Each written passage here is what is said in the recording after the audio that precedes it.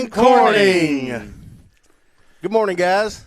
It's episode number 7, the Rice Bowl episode. Edition. Rice Bowl edition. That's like math. You already messed it up, Hufford. He just addition, told you subtraction. one thing to say. One thing. All right, folks, we have Wes Couchin here this morning. He is the junior high, senior high basketball coach. And Boys. we're going to interview Boys him. And basketball coach. what'd I say?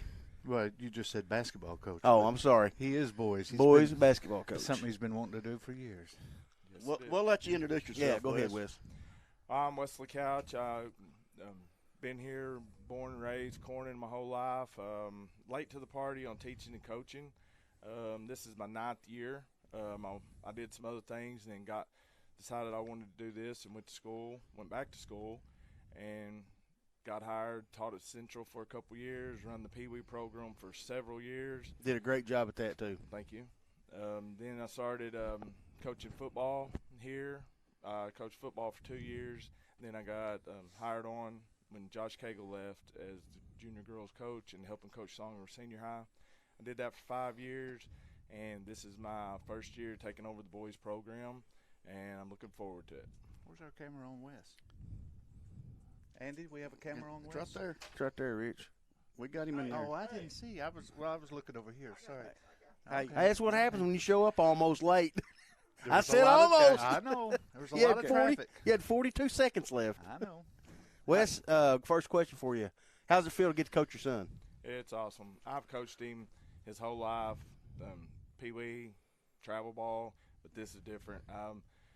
I'm really looking forward to it. Now, that's not to say I don't miss my girls. Right. I was there. I love coaching girls. I raised, Sadie, Maggie, and all their crew. But I'm really looking forward to coaching Jace and all his buddies again.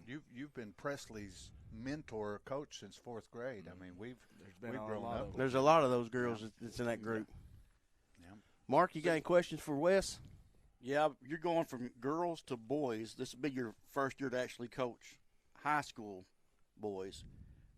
What do you see as a challenge of switching over? You can yell at I do them, I do the hard questions, by the way. Well, I yelled at the girls anyway. I mean, if they know him. Hey, they one know. thing about it now, you ain't got to worry about walking in the locker room at the wrong time. That's true. Say the big challenge is I wouldn't say they're more hard-headed, but it's just different. Difference of girls, which, when I believe in raising 2 girls and having girls around my house forever, it gave me a little bit of insight and helped me coach them. But I would say just the different in the male to female. Sure. I mean, when I was coaching Little League with my boys and then had to switch to girls softball, it's a lot different. Girls are more, you tell them what to do, they're going to do robotic, run Yep, the play. exactly. Run the play. Nowadays the boys watch a lot of college, NBA, and they want to ad-lib. Yeah, They want on the Sometimes fly. that's a good thing. That- It's you want to stick to the plan, but a lot of times, and you're right, girls will not do that. It ain't that they don't know how. They're just, like you said, they do exactly what you tell them to do. And I witnessed that when I coached Pee Wee, because I coached boys and girls too for a few years, and I'm exactly what Wes said.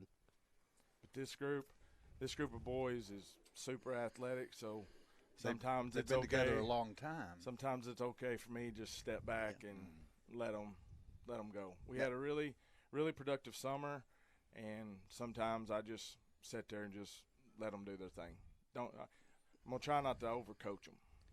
Sometimes it's good just to enjoy Yeah. the talent you got. How long is it going to be before Jace is 100%? Oh, we are shooting for 1st of December. He's just now beginning to run a little bit. It's still got some problems with the quad, so it's not strong enough to really get after it, which that's normal because he hasn't done anything since July 15th. Sure. So, but we're getting there. He can jump and shoot straight line stuff, so no cutting yet. So we're still a few weeks out. Well, let's One plus, you got some talented, Yes, talented yeah. ball players on We the can team. still be very successful, and when he gets back, that would just make us even Yep. that much better. Trying to hide from the sun. Oh, Well, let's Sorry. talk about the I schedule wonder a what little you're bit. doing. You've got some new tournaments on the schedule, did you not? Well, I got one. I got the NEA. NEA tournament. That's the one I Oh, we ain't been in that in a long we time. have not. How long's it been? You know? Somebody told me it was when Billy Phelan was here. Well, man, I don't think I graduated in 91. I don't think we played in it in 91. I played in it when. But we did when Shashley was here, 89 and 90. I remember playing in it. I played all 3 years. I graduated in 96 when we played. Right. In it. I guess they just skipped us that year. I don't know what the deal was, but anyway. They didn't know you was playing. It wasn't going to be any good. Over here by this. How many Just tournaments behind do you this mic. have, Wes? I have 3. 3. You've got the NEA, the Williams, and what? in our tournament. and the First National? Bank. Do they still have the Kale? Yes. We just don't play in it anymore. It starts, I believe, New Year's Eve, the first day of the tournament Gotcha. on the Kale. NEA starts around December 19th. That's Now, always a good tournament to go to. Yes, it is. Are the boys hyped about going to the NEA? They seem to be. They seem to be excited about it. I figured they would be. That's kind of a big tournament. You know, normally Williams is our big tournament. Then it's First National Bank. NEA tournament's going to be way bigger than way those. bigger. That'd be something they have never experienced before. So Yeah, that'd it's be a lot of pretty neat. fun. They've probably never played in a gym like that either. Not What's that? school ball. Right. Some of them's played in big arenas like that travel ball. Hey, if you've never played in those, it's different once you go from your gym to that. Especially getting the The rim's almost like floating Yeah. out there. It's Yep. like Walnut Ridge and Hoxie's gym. It's just stuck out there in the air. So what do we have to look forward to this coming up season? Fast pace. Fast that. run and gun, baby. Now Run and gun. you got my attention now because you know I like the fast pace. Yeah, there's times you slow you're it down. a fast-paced kind of guy. I am, Rich. I really am. It don't show sometimes, but Dude, I it am. took you 48 minutes to walk up here. I watched you. I was sitting in my truck watching you. I had gas. I was letting it out on the way up here. No, we're going to play fast. Coach Murray and Coach Kyle has built a great foundation and they've got some talent, and they've been successful.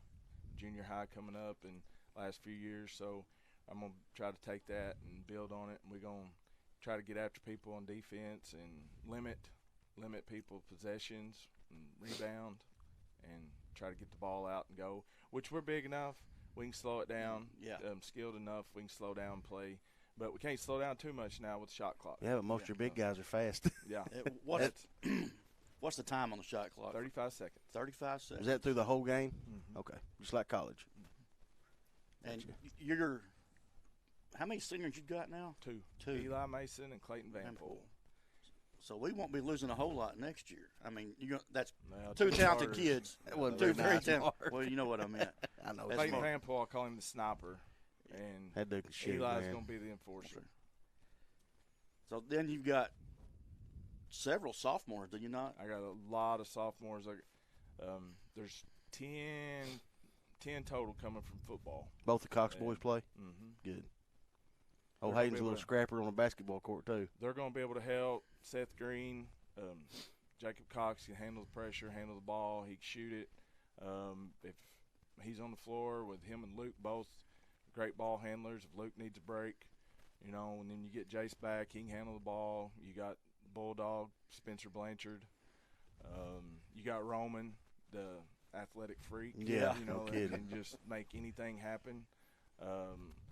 Levi Adams is back. He's tall. Man, he's grown a lot, hasn't he? He has. I know I'm probably missing some here. Sorry, guys. The one thing that I really want to know, are we going to see any dunks this year? You got to talk to Roman. I'll do that. Roman could do it. It's just That the class. confidence of it. That- And Luke's getting close. Levi's close. Jace was close before he got hurt. I think if Roman gets a couple dunks early on in the season, it's going to be dunk fest every time he gets a chance. He dunked one last May at a travel game. Oh, no, at team camp. And he got a charge, but he went up and jumped over two kids and two-handed it. Ooh. And they called it a charge, but, it was still pretty cool. And in the summer, on our traveling team playing for me, he got a dunk in Branson, a breakaway dunk. So he can do it.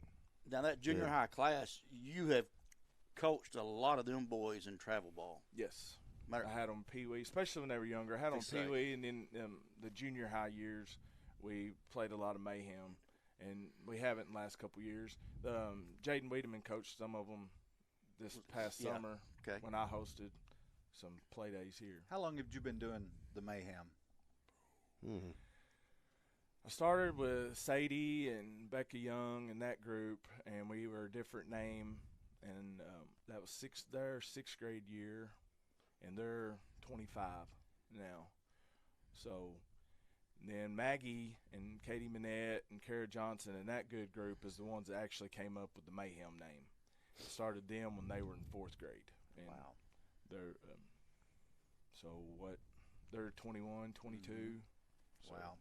I've been doing I knew it. you'd been doing it a long time. Doing a long time. I started in Pee Wee with my nephew Heath when I was actually 20, and I'm 44, so I've been doing it 24 years in some fashion. That's Coach, amazing. Can y'all hear me on the microphone? Yes, here? sir. Okay. I just want to say thank you. If I haven't ever before, you've always been so good to us at CSR. We bug the fire out of you, and anytime I do, you never shady button me. You've always helped us out, and I want to say thank you for that. I want to appreciate what you do, what y'all do. I mean, your show is awesome. Just imagine what you could do if you had some good help. I know That's but it true. doesn't get help. We've been telling him the same thing all year, man. I've been trying to get him fired from Barton Ridge for a long time. But no, thank you for the coverage you do for our kids in our school and program, and you are well known, your whole group, and I appreciate that. Absolutely. Hey, I want to thank you too. They mentioned in a invitation. I mean, you said Billy Phelan. He was my coach back then. I think we were the last team to play in that, and that was neat, man. That was just, it's a different stage, it's a different area, and it's just, of course, a ton of teams there, obviously. So that's exciting. Do we know yet the pool yet that No. we're in? No, we don't know yet. Okay. Kyle Harvey just texted me, as a matter of fact, said he never played in it.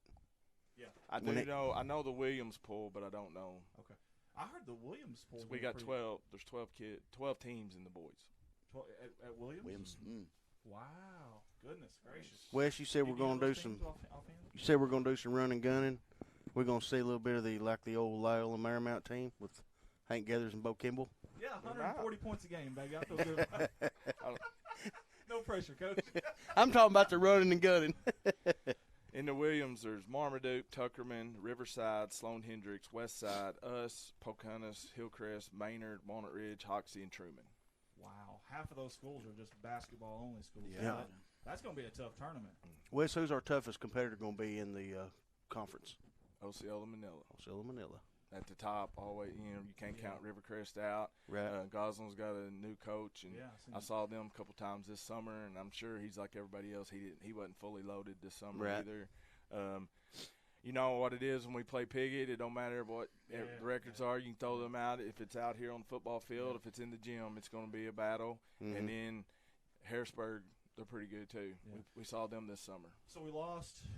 Correct me if I'm wrong. I may be wrong. We lost Hoxie, Walnut Ridge. Is that correct? Yes. Okay, so lost Hoxie, Walnut Ridge, and like you said, though, this conference is tough, man. You, like I said yesterday, you got to bring it every night. If you don't bring it, you're probably going home with a loss. And there's no term. There's no off days.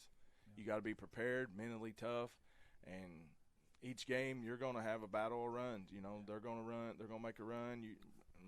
Our biggest thing's going to see if we can take that run and then bounce back from it within the game. Yeah. Well, you got the kids that can do it. It just seems like every year when you think, man, who could be a state champion this year? You always look to 3A and think, man, there's a team or two there, Right. And I know Manila lost a couple guys. I think they gained a couple of guys, and of course, that's a big basketball school there. And like you said, Osceola and Rivercrest, they've been state champions recently. Gosling obviously has the talent. I mean, it's just a tough conference from top to bottom, but that makes it exciting for us, man. How long has it been since our boys' team's been to state tournament? I don't. Been a while, Was hasn't it? it Luke Rogers' senior year? Was that maybe? Did they make it to state? Did they make the state? I thought they No, beat they got put beat in regionals. regionals. See, I Yeah. thought they won the first. Mm. No, they didn't. No, that's right. It No, was, they got beat by one guy. Valley Springs. Yeah. Oh, he was good though. He was Yeah. he was Valley good. Springs. That's Junior right. high boys. Me. You? Oh, you're doing junior and senior? And seven. And seventh. Wow. If you'd listened to me a while ago, you'd heard Drew me. Radcliffe's I heard helping you me. say the part. He's helping Sorry, me, but Wes. I wanted to do all of them my first year, kind of get some continuity. So He's great. He's awesome. He's there. We got a ton of kids. We got 16 kids in 7th grade, 14 kids on junior high, and 16 in senior high. Wow. Good numbers. That's really good numbers That's for good a school numbers. our size. I don't know what kind of Kool-Aid you got with their drink. I like it, man. Keep it up. That's awesome. That really is. So, okay, so you said earlier, Dust, before we got on air, that some things are changing schedule-wise. When is our official first game now? Right now, it's November 15th at Batesville Southside. We're rescheduling the Maynard game because of the playoffs, and the Marmaduke game's already been rescheduled, and BIC could not reschedule the senior high, so we're going to go ahead and play the junior high game next week.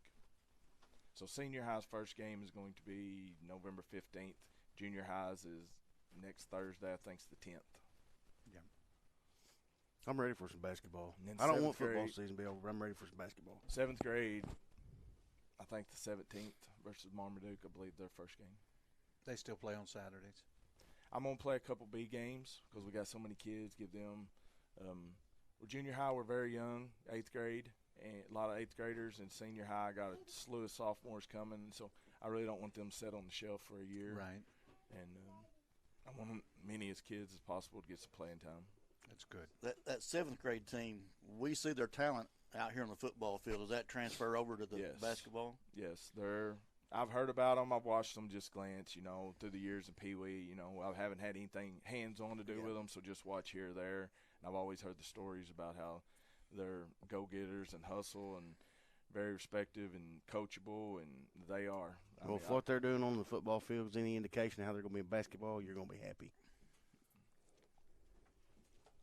I know it's hard to say. Obviously, you hadn't had a whole lot of time with football and everything. Of course, you had some injuries and stuff like that, things of that nature. But is there somebody right now that you already know, if it's late in the game in the fourth quarter, that, hey, we're going to him or at least to him at some point? Is there that go-to guy right now? You can't put him on the spot like that. That's giving away secrets. Yeah. We're talented enough, I would feel comfortable with whoever's open taking the shot. Good answer. Well, so you really don't have to Safe do answer. Safe answer. So you really don't have to do much coaching then.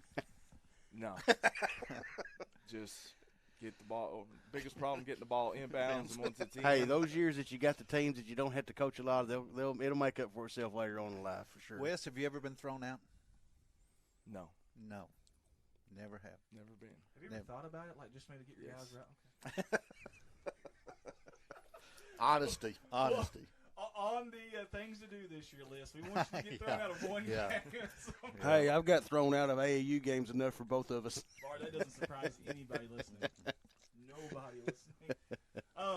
We normally will ramble on for a good 45 minutes to an hour on these sessions, but our third interview has got a certain time frame, so we're going to try to stay on that today. So we're going to try to wrap this up here. Real quick, who do you got tonight? What's your score prediction here on the football field? Bobcats is always. I'm going 48-6. I like it. We'll take them numbers. Yep. Yes, we will. Yes, sir, we will. Anything closing statements? Anything you want to mention before you get off here? No, I'm just good luck to the boys. Good luck in playoffs once they finalize their ticket to the playoffs. I hope they go multiple weeks. Me too. I'm looking ready for basketball as soon as it's over, and I ask everybody to come out and support. I mean, it should be a fun year this winter with boys and girls basketball. Come support the junior highs too, because that's our foundation and for tomorrow. Yeah. And pack the gym. Looks like we're almost through all the COVID stuff, so come out. Let's have fun. Pack the gym, cheer, get loud. Ask the students to come, boys or girls games to come fill the Woo Crew, and let's just get after it and have a fun winter. I'm like you. Before I let you go, I want it to be a madhouse this year. I can't remember an off season going into a year for both boys and girls where you thought, man, we got some good stuff coming in here. This is gonna be fun, and this is the first year in a while that I can remember for both. So I'm excited. I hope everybody else at home is excited. Coach Couch, we appreciate you coming on, and best of luck on the season. That's Mr. Wesley Couch, our first interview today. Coming up next will be Mr. Jerry Songer, who is not here yet, so we're going to give him a hard time about that when he gets here. But first, we got to pay some bills. We got to go to our sponsor video. We'll be right back after these words from our sponsors. Red Taylor Ford, your family-owned and operated hometown dealer right here in Corning for over 45 years now. Any of your automotive needs, go by and see them, whether it's sales, maybe new or used, or parts or service. They've got you taken care of. You can see them Monday through Friday, 7 a.m. to 5 p.m., or Saturday, 7 to noon. A lot of friendly faces there, like David and Brent Taylor, Jim Clifton. Or you can call those fine folks at 870-857-3516. Find them on Facebook. Find them online, www.redtailorford.com. Proud sponsors of KBKG More Music 93.5 FM and of the Corning Bobcats.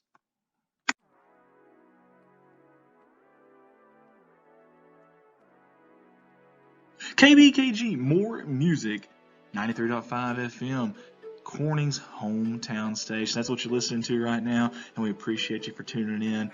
Hey guys, if you want to tune in every Friday night during football season, we'll have all the Corning Bobcat football games live on your radio waves right here. Also select basketball games, baseball, and softball games. That's right here, More Music 93.5. Also, we want to say thank you to Jim Atkins, owner-operator at KBKG, for all he does and for allowing us to do this radio show this morning, and Amanda Sutphin for all of her help, and Rob Barnett for all he does as well. Again, KBKG, More Music 93.5, Corning's hometown station. Go Cats, go. You're listening to Good Morning Corning, our new radio station.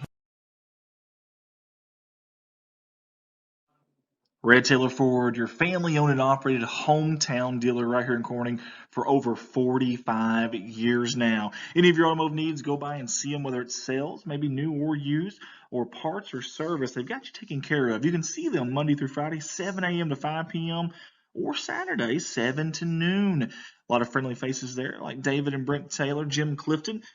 Or you can call those fine folks at 870-857-3516. Find them on Facebook. Find them online, www.redtailorford.com. Proud sponsors of KBKG More Music 93.5 FM and of the Corning Bobcats.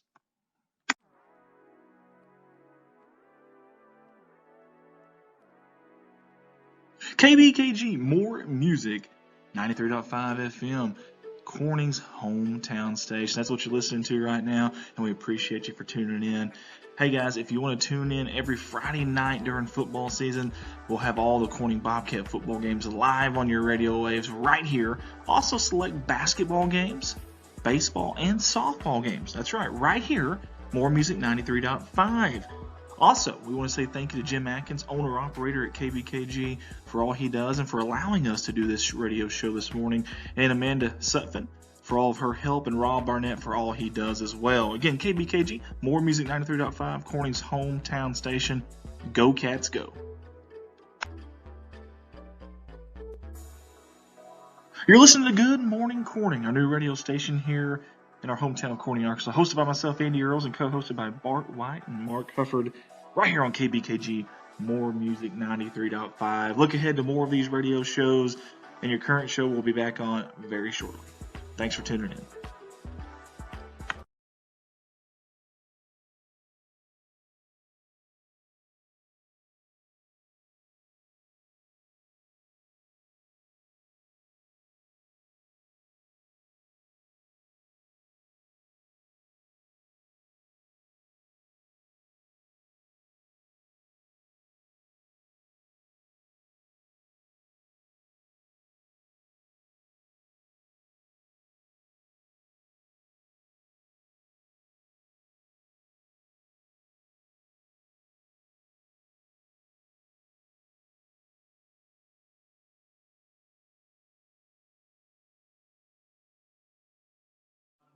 Red Tailor Ford, your family-owned and operated hometown dealer right here in Corning for over 45 years now. Any of your automotive needs, go by and see them, whether it's sales, maybe new or used, or parts or service. They've got you taken care of. You can see them Monday through Friday, 7 a.m. to 5 p.m., or Saturday, 7 to noon. A lot of friendly faces there, like David and Brent Taylor, Jim Clifton. Or you can call those fine folks at 870-857-3516. Find them on Facebook. Find them online, www.redtailorford.com. Proud sponsors of KBKG More Music 93.5 FM and of the Corning Bobcats.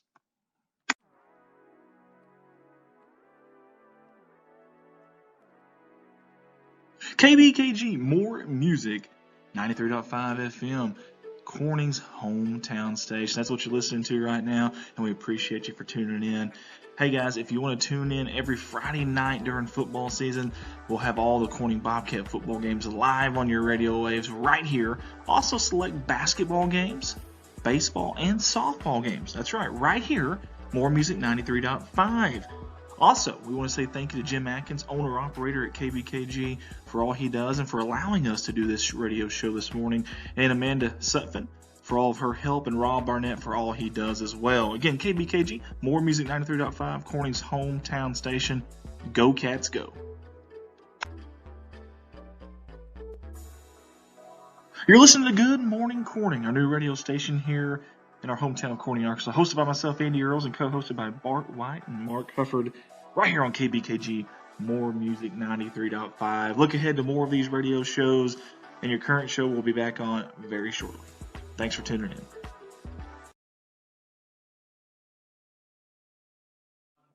Red Taylor Ford, your family-owned and operated hometown dealer right here in Corning for over 45 years now. Any of your automotive needs, go by and see them, whether it's sales, maybe new or used, or parts or service. They've got you taken care of. You can see them Monday through Friday, 7 a.m. to 5 p.m., or Saturday, 7 to noon. A lot of friendly faces there, like David and Brent Taylor, Jim Clifton. Or you can call those fine folks at 870-857-3516. Find them on Facebook. Find them online, www.redtaylorford.com. Proud. And we're back here live We can do welcome back. on location on the campus of Corning High School at Bobcat Stadium up in the press box. The booth, it's barely big enough to fit all of us. I don't know if you can tell on the screen there, but poor Rich there. Bart's spreading way out, and Rich doesn't have any elbow room. And Sorry, Rich. It ain't elbow room, it's knee room. But they're like that's little okay. kids, man. You can't get them too close together. Our next guest is here, Mr. Coach Jerry Songer. Right Mr. there. Coach. That's right. Coach, how you doing? 8 o'clock, doing all right, I guess. Coach rode in here last minute, got in here just in time. He was on time. He was on time. He was probably over there making the girls run some walls before he came in here. I actually had practice this morning, so Did you really? well, yeah, Wow. 7:30. 7:30. But they're 7:30. still over there right now. They're still running. Dedicated man right there. That's exactly Coach, right. how many years have you coached here? Here, this is my 11th year here. 11th year here, and And lifetime. I had 20 in Missouri, so 20. Where at Missouri? several different schools. Well, tell us where you had the championship at. Sparta, Missouri. Sparta. If you know where Springfield and Branson is, it's in between there. It's just like 8 miles off the main strip. He's the original guy that started, "This is Sparta." yeah. I was there for 6 years, so yeah. Well, We can say that we know a state champion. That's pretty That's cool. right. Yeah. Almost even say we're friends with one. Yeah. Well, maybe, yeah. Some of you, yeah. Tell us a little bit about yourself, Coach, for those that don't know. I don't know how much detail you want to go into, but Bart will cut you off if it's too much. okay. I mean, I grew up. I was born and raised in St. Louis until I was about 13, and then moved to Maynard. That's where my dad had grew up. So, actually went to high school at Maynard and graduated. Went to it was Southern Baptist then. It's William Baptist now. Went there for a year. Set out. Decided I didn't want to go to school anymore, and decided about 7 years later I better go back to school. So I went back to school at Missouri State. Now it was Southwest Missouri State then. So went back and got my degree, got my bachelor's degree, my master's degree, and then started teaching and coaching in Missouri. Did that 20 years, and then had a chance to come to Corning to be closer to my parents.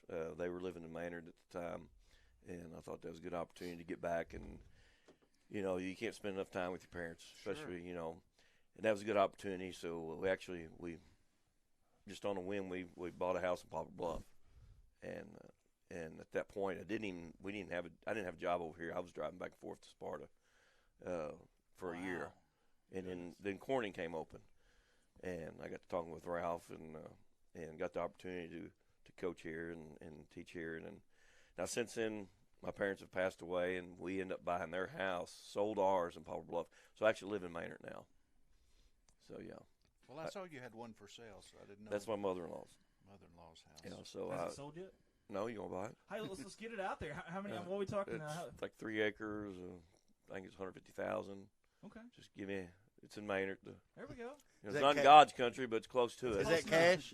Yeah. Is that cash? Probably a lot cheaper. So There you and go, Andy. There we You can go. move to Maynard. I'm getting it out there for people. So I coach softball and basketball here, so I've been doing that for this is my 11th year. Hey, Coach, let's talk about it. You said you transferred around 13 years old from St. Louis to Maynard. Yeah, it's a big culture shock. Yeah, yeah. He had to bring his bell bottoms down. Hey, that was the style back then. I wish I could find it. I got a senior picture of him on my phone No. somewhere, but I can't find it. Let's don't get Bart opening up pictures on his phone. No. What made you want to become a coach? Was there ever a moment or something? Well, my high school coach, he's actually in the Arkansas Coaches Hall of Fame. Jim Pennington. I had him my junior and senior year, and just kind of got to talking with him and seeing how much fun he had with it. Enjoyed coaching, and later on, I decided to do that. And another reason is I played softball, and most of the guys I played softball with were coaches. So here come Monday morning, I had to go back to work in the summer, and they were off. And I thought, that's not right. So I went back 2 or 3 days at a time during the week, worked part-time. Everybody else is on spring break. I'm putting a full week of work in. So ended up getting my, like I said, bachelor's degree there at Missouri State, and then went back and got my master's. What year did you graduate high school? 80. 80. Was that softball team any good that you played on? We were all right. All right. We okay. won a couple state championships. Oh, that's a little bit better. Just a All couple. right. Yeah. Just Yeah. a couple. That's pretty darn good. Nice. Did you kind of help to that, or did you I was in the lineup. Okay, there we go. That's all that matters, ain't it? Yep. That's right. He's in the team photo. Yeah, that's right. So tell me back to Sparta. So you get there. Were you there before you won? I know you had some successful years. It wasn't just that year, but Right. how many years were you there before you won the state? I was at Stoutland, Missouri, which I don't know if you know where Lebanon, Missouri is. I was there 9 years and left to go to Sparta. And the year before I came there, I think they'd won 16 games. And the first year I went there, of course, Missouri freshmen play up on the high school. Yep. My first year there, I started 3 freshmen on the high school team. And when they got to become juniors, which was 3 years, that's when we won state. We went 31-0. So Wow. You coach boys some Hello. too, right? yeah, I did coach boys baseball and basketball. So yeah. So what's your biggest difference that you see between coaching boys and girls? Probably boys, they'll try to prove you wrong. If you tell them you can't do something, they're going to go out and try to prove you wrong. Girls, they're going to remember stuff back when kindergarten. And they That's just pretty much they, what Wes said. they kind of hold grudges to get. Now I'm not saying this group does, but in the past I've had girls hold grudges against you. I'm not going to pass you the ball because back in kindergarten you stole my candy, stuff like that. And Hey, I had 2 daughters. I've been through Yeah, some of that yeah. mess. Now, I'm not saying this group does that, but I have had groups that do that. You've got a good group this year. Yeah. You've got a good group next year. to Should look be, forward yes. to, yeah. If we do what we're supposed to and capable of doing, if we stay healthy, we've had some good groups in the past and wasn't healthy. So if we stay healthy, we've got a good chance to do something. You're right about the healthy thing. I remember 3-4 years ago, maybe Watson's junior year. I can't remember, but it seemed like we were first in conference midway through the year, midway through the conference season, and she gets hurt, and I think we had something else happen, and you just couldn't catch a Katie break. Clifton tore her ACL That's also. right. Yes. So I had 2 leading Yeah. scorers. Yes. And we were doing so good. And I don't think anybody's seen that coming that year. Maybe No, you, but I mean, yeah. as far as media and everybody else. And I thought that was one of your best coaching jobs, honestly. And, man, we just out of nowhere. And then, like you said, 2 things out of our control. So, Right. But I know this year's team, there's a lot of excitement. How was the off season for you guys? We had a good summer. We played in our little team camp and Maynard's team camp. We actually went down to Harding, first time that we've ever went down there, and we just played some pretty good teams. Got some good experience I've got 16 on the senior high team, so trying to get 16 girls in a game this year is going to be tough. How many of those are seniors? 5 seniors. 5 seniors. So we got a good mix of seniors and underclassmen. But I'd like to get some more, I tried to schedule some Missouri teams where you can play a varsity and a JV and get some of those JV players some playing time. Right. And there's going to be times where those girls are going to have to step up because we're going to get in foul trouble. Oh, sure. If we're going to press, we're probably going to get in foul trouble. So it's not the 5 that start, it's the 5 you have at the end of the game is going to, be important. Yeah, so to the parents out there, if your kid doesn't play this year, don't get mad. There's a ton of kids on this team, Right. so just pump Hey. the brakes a little bit. Do you not cut anybody? No, usually first week or so they cut themselves. Oh, okay. You know, they see the writing on the wall, Yeah. or they can't get the running done, and people don't understand. You have to be in shape to play basketball. Yeah, most definitely. It's not I like to run people. It's if the team gets beat in the fourth quarter because they're out of shape, it's the coach's fault. Sure. Because you don't have them conditioned now. Yeah. Hopefully we've got enough kids that, you know, let me know when you need a break. Come in, I'll get somebody else out there. You get a break, you let me know, and I'll get you back in. You mentioned that about conditioning. I remember when you first came here, we were playing Earl, and they were better than us, way better Oh, than they had us. some talent. But in the third quarter, they were sucking wind, and our girls were still going in, and we ended up beating them. Right. So it pays off. That's a guaranteed right You've there. got a new assistant coach this year. Yes. Tell us a little bit about her. Well, what do you want to know? I mean, I just know. I've already heard you talk to her on tennis. Oh, she's a tennis coach. Yes. Yeah. Okay. Yeah. She's Annie- she's a new assistant. Annie Williamson. This is her second year. First year as basketball coach. She did a good job. She's coaching seventh grade. As a player, I think she was two-time All-State over at Really? Sloan Hendricks. Sloan Hendricks. Yeah. Yep. So, That's awesome. I mean, she knows the game, and she's doing a good job with seventh grade. And Is she going to be able to be loud enough? With the interview, that's what I was fixing to say. Now, Well, I don't know we need a yet. Good cop, bad cop. Though. Super nice lady, but Yeah. she may tear him up on the floor. Yeah. Yeah, how about we should Yeah. we should do that one day. We should stream a little. Because she three-point said you can't say competition. nothing on the tennis courts. Hey, Remember? By the way, I seen Whitley the other night, and she I did reminded too. me about the tennis. I seen her at Harvest Fest. She reminded me about the tennis. So, but yeah, we need to get a little 3-point contest maybe between Coach Songer and Miss Annie. I don't know, free throw, yeah, but you know, that's I'd like to be in on that. couple shoulder points is too surgeries. far. It's kind of rough to get it up from 3-point line. 3 points too far. That's like shooting a layup, Rich. Yeah. Now, don't we have a black and gold game coming up tomorrow Yes, night? Friday. Tomorrow Good night. job, Mark. Stepped Stepped up at the right time. Starts at 5:00. Seventh grade girls, seventh grade boys, junior girls, junior boys, and then senior girls, senior boys will be introduced, but they won't get to play because of football. They're still in football. If there's any of our CSR staff listening or watching right now, please help us on that. I'm gonna go set up later today. Maybe we can get that game in. Maybe we can't. We'll be in Hoxie, or not Walnut Ridge. Sorry, Walnut tomorrow Ridge. night for a game, so we won't be able. Me and Bart and Rich, but maybe we can get somebody else. To help You us out coming? there. We'll probably need a cameraman. I can do that. You can do that. All right. We got Mark on board too. Now, Coach, you've had some really good years here at Corning. How many years have y'all been to regionals? All but 2, I believe. So And you've been here how many years? this is the 11th year. Wow. That's impressive. That's a good record. That's impressive. But we'd like to go that next step and go to Well, state. sure. So, Well, yeah. but usually that other region is pretty tough. I mean, Yeah. in the past, Melbourne's been in it. Yeah. You know, they've got some tough teams over there, and then Melbourne's in the regional now that we'll go to. Yeah. So That is, yeah. Similar Melbourne's good at everything right now. Right. They got good numbers there for right now for whatever reason. But, is this year the first year for the shot clock? In Yes. Girls? yes, What kind of transition, as far as from a coach's standpoint, is that like for you with this? any difference except towards the end of the game. Yeah, you won't be able to hold the ball You for were 4 not, minutes. you know, usually Right. if we're up a few points 2 minutes ago, we're gonna be patient, be cautious. We're not gonna take just any shot. We're gonna take nothing but a left. Now you can't do that. You know, it hurt us last year not having a shot clock when we played Manila because they stalled like Yeah. 4 or 5 minutes. It could be to your advantage So and disadvantage. that will help us, but surely we can guard for 35 seconds. Marmaduke ain't going to like it. No, Stalling for 14 minutes. yeah.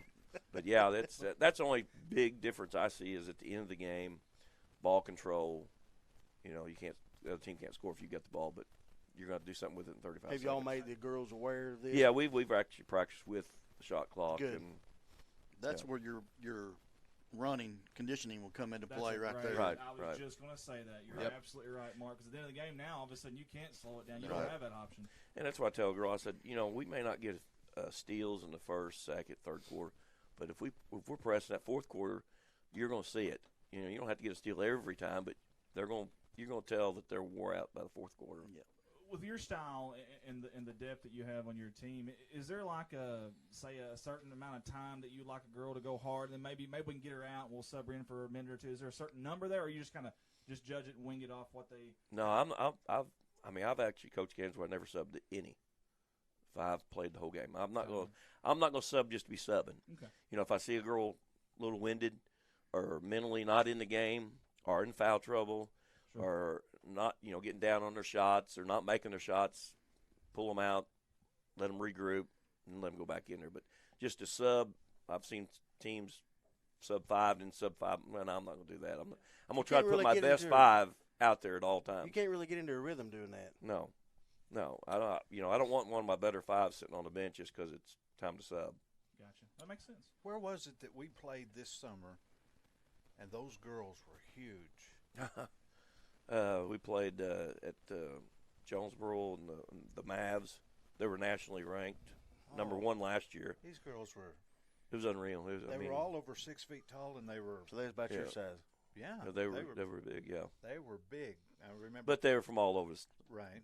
3 or 4 different states. They flew Yeah. They flew them in to play. Did you tell them about the building that you have for sale? Any of their parents? No, yeah. Come on down. Yeah. But that'd be in Maynard School. Maynard School Yeah, district. we don't Help want us. to help. Never mind. Yeah, we can can get get 'em them. to- We can get them to Hey, transfer. if I'm not rooting for down here. Corning, I'm rooting for Maynard. Yeah, But I can't. I that's couldn't good. help them that way though. That's Somebody a good said that they were going to change the name of the Maynard gym to the Jerry Songer Hey, gym. No, I don't Truth think to that's going to that? happen. No, I heard we it's open up actually- with Maynard. Yeah, and that's hang on. You gave us Coach Hunger is so professional. He brought the rosters. He brought schedules. That is 11/7. Is that Monday? Monday. Monday. Okay. It was originally a 4-game night, but with the boys, Sure. football, it's 2-game night. Now I get to go over and coach against one of my good friends, Coach Yeah. Cagle. Yeah. And now they've got a pretty good junior high bunch, and their senior high is coming along. I mean, Yeah. but the more time he spends with them, the better they'll get. So you got Maynard Monday on the road, and then Tuesday, our first home game. We need all the fans we can to get there. Y'all play West Side. West Side, that's That'll be we were 19-6 last year, and West Side beat us once. Hoxie beat us 3 times. Yeah. So there's 4 of our losses, and made sure to reschedule West Side. Made sure we got Hoxie on the schedule, and then of course we lost to Mountain View, split with Manila. So that's our 6 losses. I respect that rescheduling Hoxie. I mean, we've had to battle them for so long in conference. I mean, me and him get along so well. That helps. That definitely helps. No. Good buddies. We're actually friends. That was just a joke. No, you're not. Quit lying. Hey, listen. Word on the street is you're a pretty good pool player. Now, I don't know if that's true or not. That's just what we No, hear. who'd you hear that from? Hey, Andy, Everybody I've beat him a few times. on his phone, maybe. No, me and him used to play pool all the time in his basement, man. How many times y'all play? Like 2? No, not bumper pool. He's No, I can't. Hey, I cannot beat him at bumper pool. Forget that. It's just a different. you're invited if you'd ever come over. So I know. You know. I'll bring him sometime. okay. Okay, Coach. Sometime. No money on the line though. No. I've got, over that way a little bit. No, thank you. yeah. I've got to ask. Okay. St. Wanted to Louis get over here, Cardinals. Rich be happy St. Louis now. Cardinals St. Louis Cardinals. You tried out. Come on. back in the day. Yeah. Back in the day, Yeah, I got invited. Actually, the tryout was in Busch Stadium, so yeah, it was kind of neat. I bet it was. Yeah. That answers your question, Andy, about him being good at softball. If he got a tryout for the Cardinals, Yeah. Him a hard time. We actually played a tournament in Busch Stadium, softball tournament. That was with regular fences. did anybody crank one out? Oh yeah, really? yeah. Wow. That's yeah. impressive. I mean, they were hitting them out. Well, I mean, Yeah. not Not me. They, shaved but- they were shaving the yeah. bats back You then. look like a guy that hit a line drive right up the middle. Yeah. Yep. Yeah. He's an oppo taco. I usually first, second. I just Bad had to ask first, that. second. Yeah. We've heard I that. know, I've heard that. that all. Every I time. didn't make it, but at least I had a shot at it. Oh, yeah. You know, Hey, at least you say you got a chance. It's like lottery. You can't win if you don't try. That's right. Bart tried out for the Globetrotters and didn't make it. Well, I was fixing to make a comment, but I'm not Actually, going he to. did make the cut as a mascot, but they were. But Oh, I man. do want to say something though. As far as me and CSR is concerned, I want to say thank you. You've always been good to us. Extremely. Matter of fact, you filled in gaps for us before. We've needed commentators at times. Well, and, you was hurting that time. Yeah. Try to get me in there. Yeah. Hey, us four and Last resort. Jeremy Woods will be commentating All right. y'all's games this year. Say nice things. Oh, we will. Are we going to be able to do softball this year? Any? Yeah, we always do the home games. No. Okay. Yeah. Yeah, that's a game. Where you been, Rich? Well, I was doing them, but I didn't know. I wasn't told if we were doing them. Now, unless Coach Sunger tells me no, then that's the only No, way I you're- wouldn't be out there. But I appreciate you guys doing it. All you guys do for us. well, we appreciate. I was you. expecting some green seats today, though. I know. I knew he was going to bring that up. Yeah, the only thing with that is see, if I give away green seats, then my wife, I may not be able to. Some people may not even know what we're talking about. Yeah, green seats. I may come home. I and do. The doors will be locked. You know. Yeah. So. Hey, but me and you could be at the ball game. We'd be all right. That's true. That's a good point. I like that. I like that. How many tickets you got, Andy? None right now, but hey, it was a lot of fun. I talked to Coach Songer about that for the season. Coach is obviously a huge Cardinals fan, and I had never been in the green seats, and that was a neat experience. Yeah.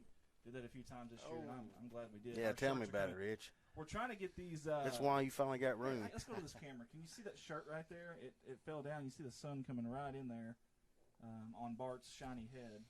That's fresh shaving. I'm running too. behind a blocker number 17. Right? That's Andy Earls, baby. Yeah. That's when he weighed $150. Yeah, $150. Those days are long gone. Coach, we normally ramble on a little bit longer, but our next interview, we've got to get it in and out. Oh, so you're cutting me short. We're going to cut you out. Hey, just be honest. It's not me. It's him. Man. Just be honest. We're going to have to cut you short for sure. Is there anything you want to say? Any last words or comments? Appreciate you guys doing this. Doing ball games, doing softball. So, appreciate the girls going hard. Look for a good season. Like I say, if we stay healthy and we have the mindset that, like I said yesterday, how successful we can be is how hard we work. That's going to determine it. So it's kind of up to them. I can just plug people in. There you go. I can't make a basket for them. Wish I could, but I can't. That's true. Hey, what's your prediction for tonight's game? Yeah. Football. Corning. Corning's going to win. Yeah. You got a score prediction with Yeah, that? wish Coach Shelton and the Bobcats luck tonight. Okay. So, What's your score prediction? You have a score prediction? Oh, man. 34-7. Okay. If he's right, he's Sounds going to good. want money. So that's Coach Jerry Songer. We appreciate him for jumping on board with us here. You're watching Good Morning Corning. We'll be right back at these words from our sponsors.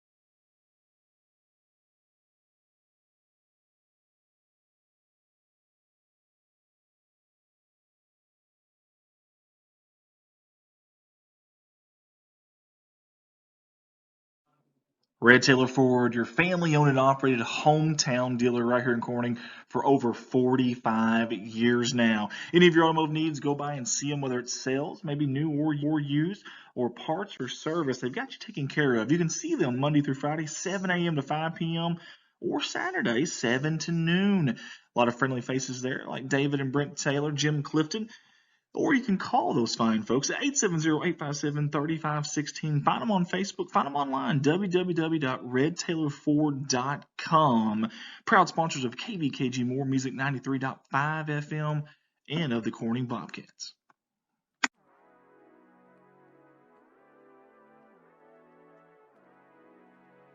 KBKG More Music 93.5 FM. Corning's hometown station. That's what you're listening to right now, and we appreciate you for tuning in. Hey guys, if you want to tune in every Friday night during football season, we'll have all the Corning Bobcat football games live on your radio waves right here. Also select basketball games, baseball, and softball games. That's right here, More Music 93.5. Also, we want to say thank you to Jim Atkins, owner-operator at KBKG, for all he does and for allowing us to do this radio show this morning, and Amanda Sutphin for all of her help, and Rob Barnett for all he does as well. Again, KBKG, More Music 93.5, Corning's hometown station. Go Cats, go. You're listening to Good Morning Corning, our new radio station here in our hometown of Corning, Arkansas, hosted by myself, Andy Earls, and co-hosted by Bart White and Mark Hufford, right here on KBKG, More Music 93.5. Look ahead to more of these radio shows, and your current show will be back on very shortly. Thanks for tuning in. Oh, you just count us in. Then I got old Brody Morrow, Progressive Tractor. Yeah. And then I got BJ Fort, Helena. And then I got Square Post, Paul and Ron Ford. Yep. So Chad Jordan's where? Who cares? I know, but Is he at Tech? He's like the principal superintendent now. I never did I don't know, guys, so I don't know what to ask him. What's the attraction? Yeah, Andy. Yeah, what's your We're all infatuation? wondering what the deal is. Why did we get Chad Jordan?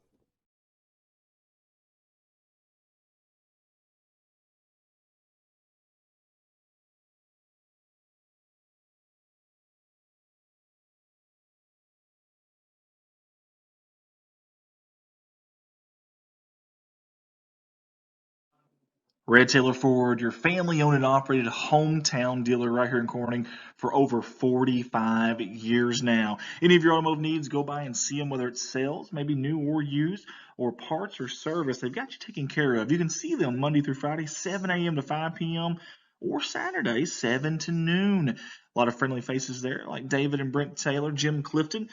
Or you can call those fine folks at 870-857-3516. Find them on Facebook. Find them online, www.redtailorford.com. Proud sponsors of KBKG More Music 93.5 FM and of the Corning Bobcats.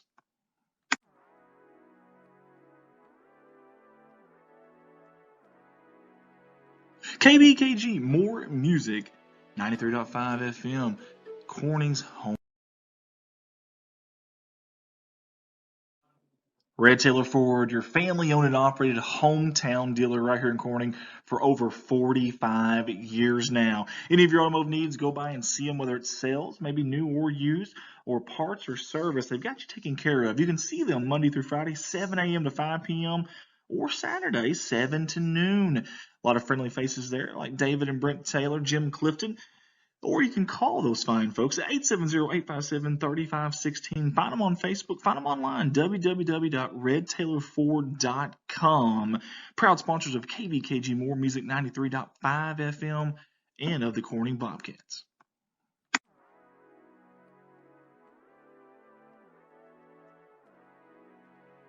KBKG More Music 93.5 FM. Corning's hometown station. That's what you're listening to right now, and we appreciate you for tuning in. Hey guys, if you want to tune in every Friday night during football season, we'll have all the Corning Bobcat football games live on your radio waves right here. Also select basketball games, baseball, and softball games. That's right here, More Music 93.5. Also, we want to say thank you to Jim Atkins, owner-operator at KBKG, for all he does and for allowing us to do this radio show this morning, and Amanda Sutphin for all of her help, and Rob Barnett for all he does as well. Again, KBKG, More Music 93.5, Corning's hometown station. Go Cats, go. You're listening to Good Morning Corning, our new radio station. Here we go. And we're back here live. Good Morning Corning, live on CSR Facebook, on YouTube. And we're excited to be here. I want to thank these guys, Mark Hufford, Bart White, Rich Martin, for being on with us today. Thank you guys for always helping out, so I do appreciate that. We've got our next guest on.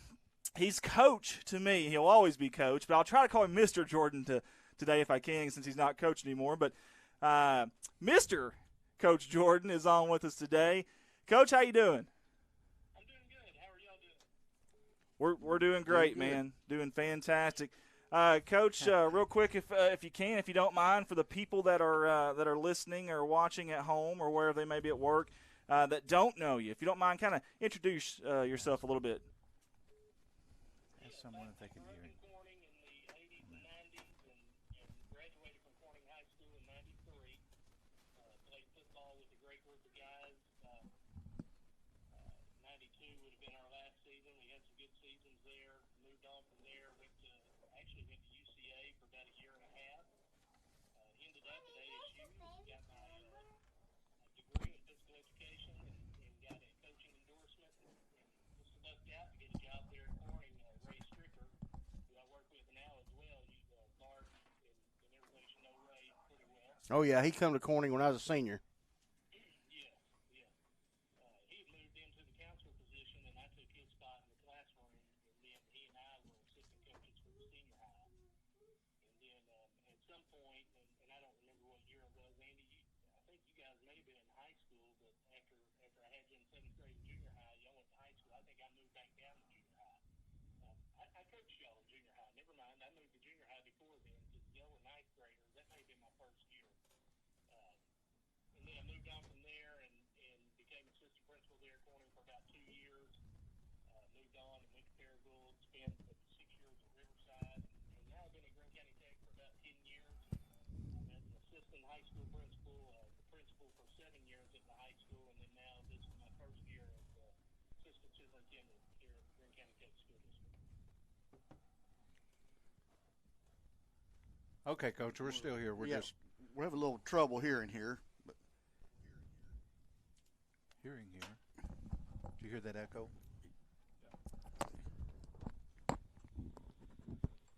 Try it again, Chad. Say it's. Hey, Coach. I'm struggling to hear you a little bit. Okay. That's okay. We can hear him better though. Yep, that's a lot better. Hey, Coach, I want to say thank you personally. This is Andy here. Man, you were extremely good to me back in the day, and for whatever reason had a lot of faith in me, and you give me a lot of confidence. I don't know if I ever told you that or not, but I loved your coaching style. You're a no-nonsense type of guy, and I want to say thank you for everything that you taught me and everything that the confidence, I guess, that you instilled in me at early ages. I needed that at that age, honestly. You were easy to coach, Andy. If we had a team full like you every year, I guarantee you the coaches would be Oh, blessed. now, Coach, that's my goodness. Well, I'm gonna brag on Andy a minute because even as I was coaching track, Andy put some time in. He would go to football practice, go to baseball practice, and a lot of days when he couldn't be at track practice, I'd have a workout for him when he got out of baseball, and he would go do his track workout afterwards. So Andy was a worker. Chad, I've been bragging on him for the last 3 or 4 years, and every time I do it, he shuts me down. He won't let me brag on him. So there you go, Andy. And Chad, I wish you could see how big his head is right now. It's a big 5 head, yeah. But it definitely is that. But it's because of guys like you. You know, Coach, I was so fortunate. I had you my 7th grade year, then, of course, my junior high years, and I had Coach Walls, Coach Mike and Mark Smith, Coach Hendricks. I was just, man, you were around during, like, to me, at least in the, last 30, 40 years, the kind of the golden years of coaches. And what was it like coaching with the Coach Walls and folks like that? Well, I got to play for Coach Walls. Coach Walls was a 7th grade. He was a junior high coach. He actually moved over my 7th grade year, which would have been that class of '92's first year, and so I got to play for him, and then I played for Mike and Mark as well as Barry Darby and Ray Stricker, and then got to go back and coach with those guys. Of course, Perry wasn't here anymore, but I got to go back and coach with them. It was just a blessing. It was something as I was going to college. I didn't think I'd get to go back home, and just the way things worked out, I was able to do that, and it was a blessing to work with those guys. Coach Walls, believe it or not, had mellowed out some from back when he first started. Thank God. But that may be hard to believe, but the thing about all those guys, Coach Walls would have kids ready to run through a brick wall. And I can't say enough about Coach Mike and Mark through those years, just, being they taught kids how to be young men and discipline and that sort of thing. Chad, who all did you play football with? I played with Kurt Young, Jim Davis, Jeremy Woods, Chris Shurd, Chris Webb, Blake Dodd, and then Scotty Manette and Stephen Frayne. So you were really the guy that carried the team then, from what I'm hearing. No, not at all. Not at all. Every day was an adventure with those guys, but it was definitely some of the best years of my life. When we stepped on the field, you knew that everybody had each other's back, and that's what was really special about that group. And then, every year you had to have some good people above you and below you to fill in some gaps, because you're not going to be able to play every position. And we were fortunate to have those, and we had some good years during those times. What position did you play? I played in high school. I played fullback and linebacker, and then my junior year, I hurt my knee the second time at Walnut Ridge. As a matter of fact, had 2 games left in playoff game that year, and then my senior year, I played linebacker. Larry Hollis and that bunch had moved up, and they were great to fill in some gaps. Good, solid athletes, and so I played mainly fullback and linebacker. Chad, do you ever see Larry anymore? I do. Larry actually lives right down the road from me. Does he as a matter still of does he fact. still look like a Greek He god? still looks like he does. He looks just like he did when he was in the 5th grade. I mean, I think that kid's been that big. That guy, he has been built since he was younger, all the way through. But Chad- yes, he's still in great shape, and run into him every now and then. And actually, I think he did some power washing for us here at Greene County Tech a couple weeks ago. Cool. Hey, I remember. You know what I remember most about him, other than him being an awesome football player? He probably shot more half-court shots in Pee Wee basketball than anybody that I've ever seen. I don't know that I watched him play a lot of Pee Wee basketball, but that wouldn't surprise me. That wouldn't surprise me. Those are all good guys. Coach, I want to say that I'm really proud of you. I know you're a humble guy, but I want to say I'm proud of you because you've done great for yourself since obviously you left Corning. And I don't know if anybody caught the intro there. Our audio was a little bit off, but you're an assistant principal now? Is that correct? Assistant superintendent. Assistant I started superintendent. here. Yes, this is my 10th year at Greene County Tech. I started out as a high school assistant principal, and then I was a principal at the high school for 7 years, and then this year assistant superintendent. Man, that's awesome. Congratulations. That's awesome. Thank you. And I never doubted you one bit. I promise you. I knew you'd do great things. Whatever you decided to go after. And do you miss coaching any? You know, Andy, I do. It seems like a lifetime ago. This is actually my 24th year in education. So actually, let me take that back. My 25th year in education. So I'm actually getting towards the end where I can start thinking about retirement and what I'm going to do after, whether I'm going to T-drop or how I'm going to handle that. But it seems like a lifetime ago. I do miss it. I've had some good experiences. I've got to work with some great people through the years, and I love being out there on Friday night when I'm doing ball game duty, and a lot of times I'm pulling up Corning Sports Report and watching the game as I'm watching our games, and kind of keeping up with the score and listening to you guys. Y'all do a great job. We appreciate Thank that, you. Coach. We really do. We really appreciate it. I think it's awesome, too, that you kind of keep up with the community and the school and the sports like that. So that's awesome. Hey, listen, if you do decide to retire and you ever want to come up in the booth with us, you're more than welcome to. Well, I may take you up on that. What does it pay, Andy? Well, Yeah. Right now, Yeah, we'd like to know that ourselves. right now I've been paying them in Tootsie Rolls, but I ain't seen no Tootsie Rolls. I want Tootsie Roll Pops. okay. But Well, we'd I'd love to we'd take you up love on that sometime. Jeremy and Bart, they've been doing a good job, and the rest of you, like I said, I tune in. A lot of times after somewhere in the third quarter of our game, I have to come and get our money once they get the money counted from our gates. Yeah. And I take it to the bank. So I come back to my office, and I'll pull up the Tech game. That's So I awesome. can finish watching it. I've got 2 screens here, and I'll have the Corning game on, too, listening to the broadcast and watching them play. And so I've kept up with everybody through the years, so that's been nice, too, to be That's able to awesome. do that. Chad, do you remember you and me and somebody else had a contest one year? Do you remember that? I do not. You were here at the school. We were seeing who could lose the most weight. You don't remember that? I do not remember that. Oh, okay. But I didn't win that one. I know that. I thought it was the time you ate all them hot dogs you're talking about, Rich. Yeah. No. Hey, Coach, I got to know, do you still have the undefeated 7th grade football team photo in your office? I have the plaque. I sure do. Awesome. I sure do. I've kept it through the years. That one's a special one to me. That group was a special group of kids. They had good 7th grade year. That was a year, Andy. If you remember, I think we would score nearly every game that year on the first play. We would either run a sweep and throw it to the backside end, and I would have you there. I'd have you lead through the hole and throw it downfield. I think we scored every game on the very first play We did. but once 26 that fly. season. Andy Earls was going above everybody, catching the ball, and Eric Storms could throw a good pass. He We had could. some good linemen that He really blocked, could. and so that was a lot of fun that year. I appreciate you letting us air it out a little, too. Obviously, Corning's obviously been known for, like a dead tee, a diamond tee, a 3-back system, ground and pound, 3 yards in a cloud of dust, and you believed in us enough to just allow us to air it out a little bit. I appreciate that. Well, we did a little bit. It was one of those things where we had somebody that could throw it, we had somebody that could catch it, and we didn't want to get too wild because we wanted to stay within the offense so that you guys learned ready for junior high and junior high ready for senior high, but at the same time, we were able to have a little bit of fun that year. I sure had a blast. I'll never. Yeah, and seventh grade's a different beast just because Yeah. it's new to everybody, and it's easy to maybe throw off a D-back to run towards the run, that sort of thing. And so it doesn't quite work that way in senior high, though.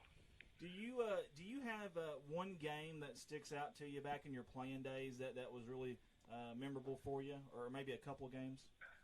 Oh man, we had a lot of good games.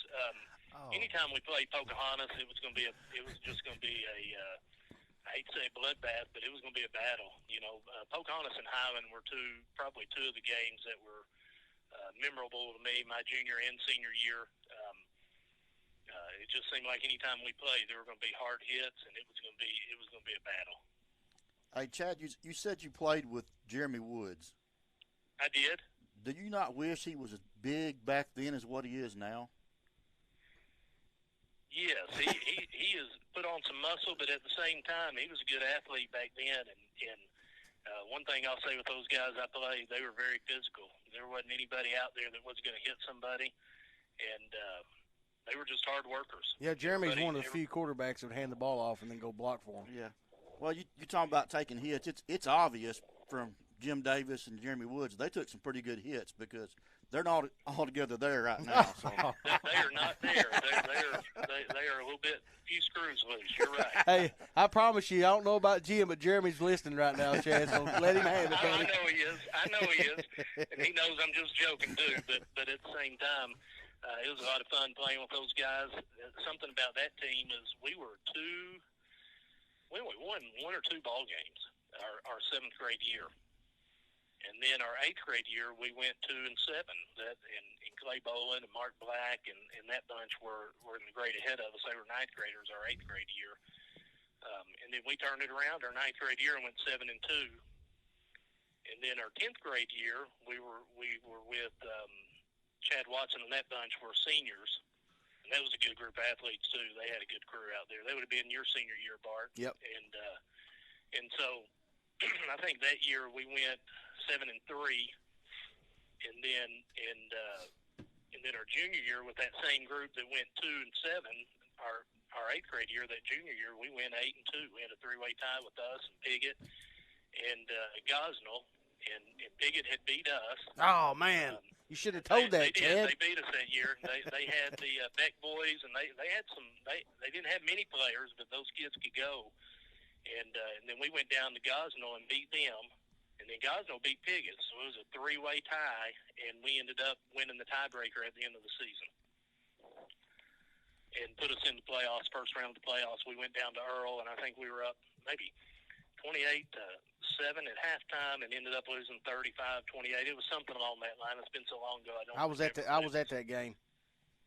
And it was was cold one we too. didn't get away. What's that, Bart? I said I was at that game, and I remember it being cold. Yes, it was.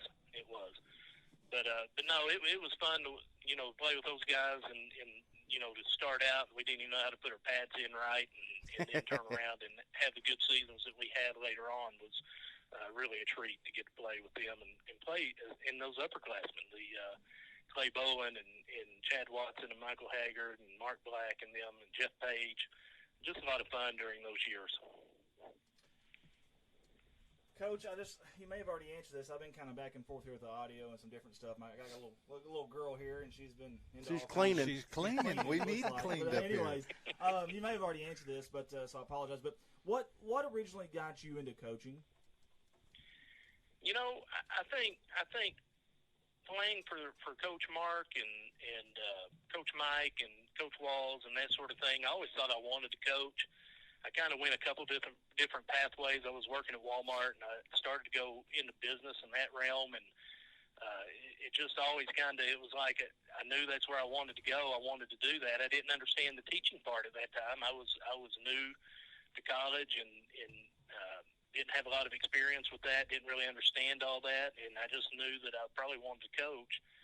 And so eventually I decided I wanted to transfer back to ASU to get closer to home where I knew people, and Jake Darby was my advisor when I came back, and he kind of helped me go through it, and that's when I landed on PE, and I actually started working on a math certification before I got hired at Corning. I was in college calculus, as a matter of fact.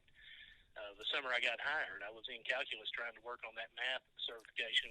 When I got hired into health, I said, okay, here we go. So I gave up. I went ahead and dropped out of calculus.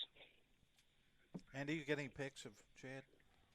No, I've got some. I didn't bring any. I didn't put any on the SD card today to show off. I probably should have, but I've got a really good pic of all of us in 7th grade when it was about 25 degrees out here, and we had picture day right before a Piggott game. I'll never forget that. But I don't know if you know this about Chad. When he was in Little League, his last year Little League, he cranked more home runs than anybody in the whole league. I didn't know that. Yes, sir. Coach, you never told me that. Well, I wasn't going to brag. I think awesome, I think Babe Ruth, Bart and I may have tied one year with home runs. Yeah, I think we did. Right there for a little bit. And then, I hit 15 my last year, and I guess you would have probably been two. Was you two? Yeah, you'd have been 2 years younger than me. 2 years younger. Yeah. That was probably, if I had a regret, I probably wish I would have played baseball through high school. I had to work, and football was a sport that I knew I was going to play, and so I just had to make a decision, and I had to work, and so I stayed. I played football through the season, and then picked up hours at Walmart after that. So, man, I never knew that. I had a lot of respect for Coach, but now it's on a different level, man. I didn't know it was Big Bad Chad back then swinging the lumber. Left-hander, you bet too. You bet. He had the shorter fence at Babe Ruth because it was pretty short over there. Oh, is that what it was? It really was, okay. but he could crank one out. I tell you that. Yeah, right now. all mine went over the right field elementary building. Yep. I was a lefty. So. Now what? Hang on. So now, back in y'all's day, where did y'all play? Where did y'all play Little League at? Over at Lillard Field Okay, by the water that's what I plant. thought. Yeah. Okay. Yeah. Okay. Then Babe Ruth was over here behind Park School. Behind Yes. Clark's. You know, you come in beside the swimming pool now to get the pickup line. Uh-huh. That's where the field was. Yeah. Oh. He was hitting them over the school, and I was putting them in the swimming pool. Oh, nice. Nice. I didn't know that y'all had played there at that point. I thought it was further back then. I thought that field was there, but I didn't know that. That's interesting. I learned something today. So, Coach, I know you've got an important meeting to get to and everything, so we'll start wrapping this up. Is there anything that you'd like to say? Anything you'd like to close A prediction. With? Then a prediction for tonight. Do you have a score prediction for tonight? Well, Coach Simmons coached here, and I normally root for him, but he knows when he plays Corning, I do not root for him. He knows that he's public enemy number one on that night. So, just watching the games and knowing what, I think Corning will win by 20+. Awesome. Boy, I hope so, Chad. Awesome. We love it, Coach. I think they will. And, guys, I appreciate everything y'all do. You have brought it to where people can watch Corning football, and others, if it wasn't for that, some of us would not be able to keep up with it, so I do appreciate the job. Hey, that's all Andy. Yeah. No, that's Yes, all it us. is. We're a team. Yeah, but you started it, Andy. I can't do it without them. So, and Coach, I want to thank you again. You're a huge, crucial part of me growing up and being a better person, not just football player, but just a better person in general. And I've always had a great relationship with you. And if you ever need something, I'm here, buddy. Yes, sir. Y'all have a great day. Hey, Chad, one more thing. I'm glad you finally confirmed that Andy is a legend. He's not even close to being a legend. Not even close. Not like Big Bad Chad back in swinging the lumber back in the days, 15 home runs. But Andy, you're going to get that started, and I'm not going to live that down. We'll have T-shirts made of that. Big There we Bad go. Chad. Coach, it's always a pleasure. You have a good day, and we appreciate you coming on. Yes, sir. Have a good one, y'all. See you, Chad. Red Taylor Ford, your family-owned and operated hometown dealer right here in Corning for over 45 years now. Any of your automotive needs, go by and see them, whether it's sales, maybe new or used, or parts or service. They've got you taken care of. You can see them Monday through Friday, 7 a.m. to 5 p.m., or Saturday, 7 to noon. A lot of friendly faces there, like David and Brent Taylor, Jim Clifton. Or you can call those fine folks at 870-857-3516. Find them on Facebook. Find them online, www.redtaylorford.com. Proud sponsors of KVKG More Music 93.5 FM and of the Corning Bobcats.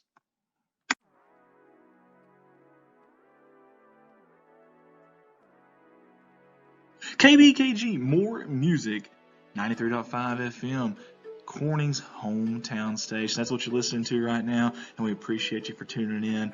Hey guys, if you want to tune in every Friday night during football season, we'll have all the Corning Bobcat football games live on your radio waves right here. Also select basketball games, baseball, and softball games. That's right here, More Music 93.5. Also, we want to say thank you to Jim Atkins, owner-operator at KBKG, for all he does and for allowing us to do this radio show this morning, and Amanda Sutphin for all of her help, and Rob Barnett for all he does as well. Again, KBKG, More Music 93.5, Corning's hometown station. Go Cats, go. You're listening to Good Morning Corning, our new radio station here in our hometown of Corning, Arkansas, hosted by myself, Andy Earls, and co-hosted by Bart White and Mark Hufford, right here on KBKG, More Music 93.5. Look ahead to more of these radio shows, and your current show will be back on very shortly. Thanks for tuning in.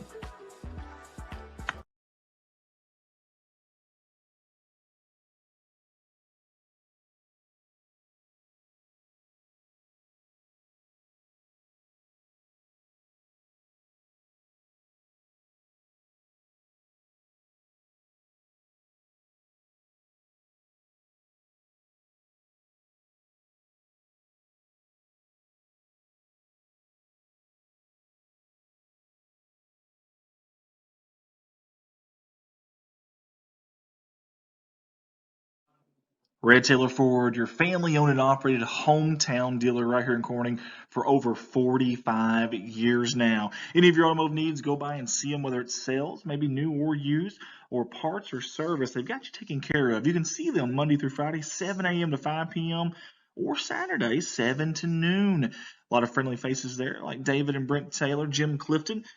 Or you can call those fine folks at 870-857-3516. Find them on Facebook. Find them online, www.redtaylorford.com. Proud sponsors of KBKG More Music 93.5 FM and of the Corning Bobcats.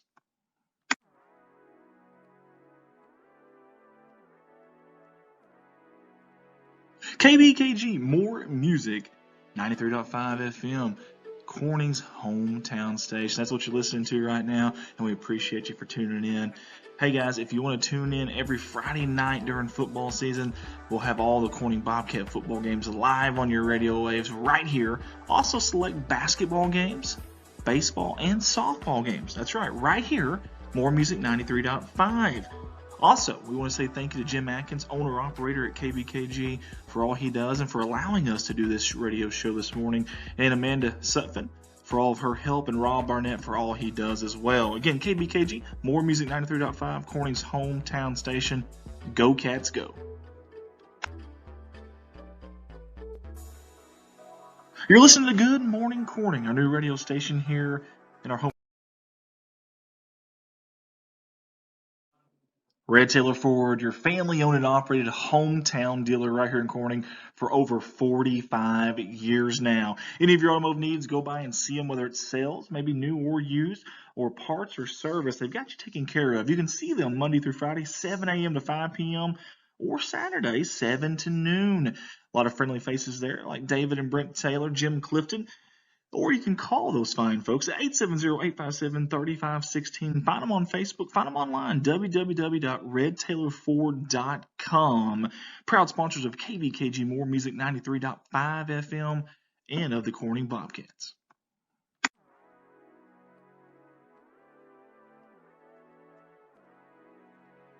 KBKG More Music 93.5 FM.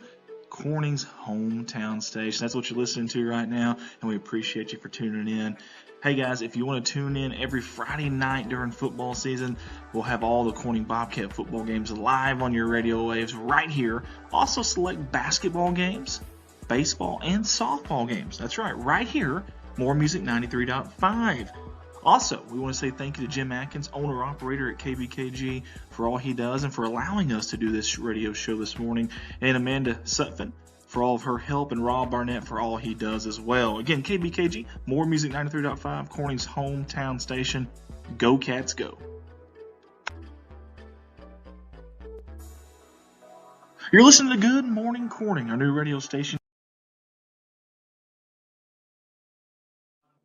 Red Taylor Ford, your family-owned and operated hometown dealer right here in Corning for over 45 years now. Any of your automotive needs, go by and see them, whether it's sales, maybe new or used, or parts or service. They've got you taken care of. You can see them Monday through Friday, 7 a.m. to 5 p.m., or Saturday, 7 to noon. A lot of friendly faces there, like David and Brent Taylor, Jim Clifton. Or you can call those fine folks at 870-857-3516. Find them on Facebook. Find them online, www.redtailorford.com. Proud sponsors of KBKG More Music 93.5 FM and of the Corning Bobcats.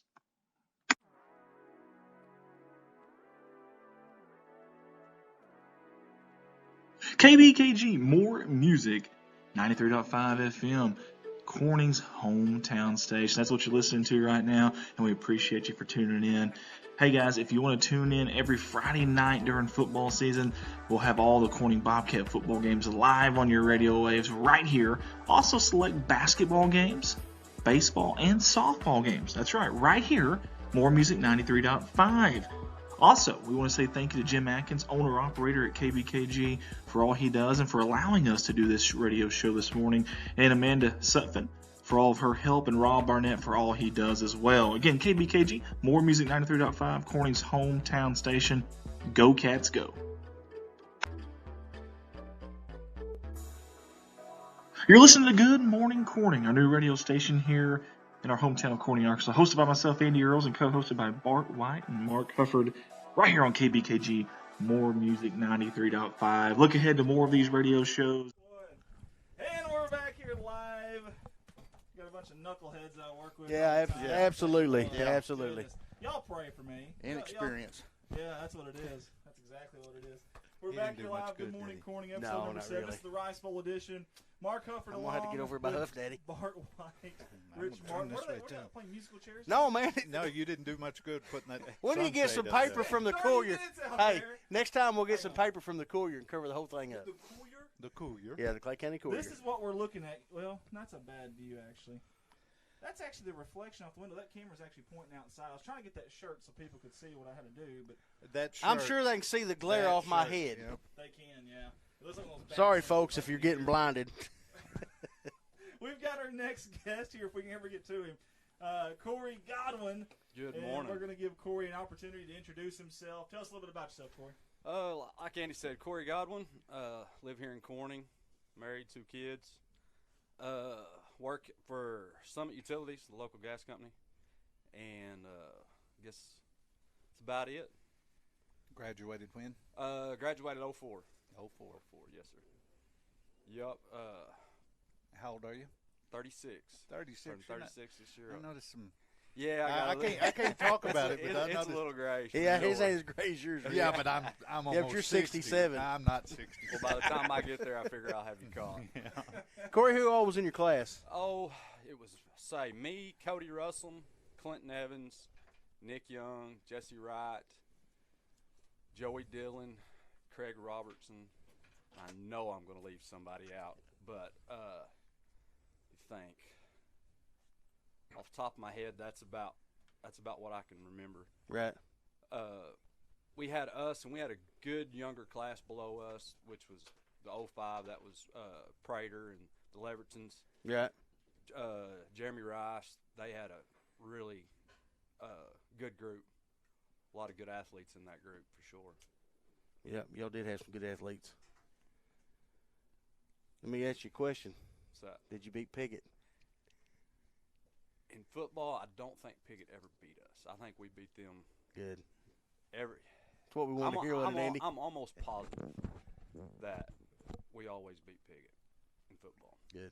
I know my sophomore year, your senior year, I think we're up 34-0 at halftime. I think all the starters were sitting That was and rooting on. everything was clicking that night. I mean, for sure. I mean, if I remember, we was just run the sweep to one side and turn around and run it to the other side, and then Clinton Evans would. It seemed like every time he touched the ball up the middle, he was good for 20. It was just all night long, just 10 yards at a time. And it wasn't nothing fancy. It was the same thing over and over and over. Got the job done, though. You bet. Hey, I don't know if I ever told you guys this or not, your class, but I want to say thank y'all to all y'all because I was a sophomore coming up. You guys are never rough on us. You're never hard on us. I mean, you welcomed us with open arms, and I learned a lot from old Corey Godwin watching how he ran that sweep there. And I just want to say thank you to your class, yourself as well. Obviously, you're a leader on that team.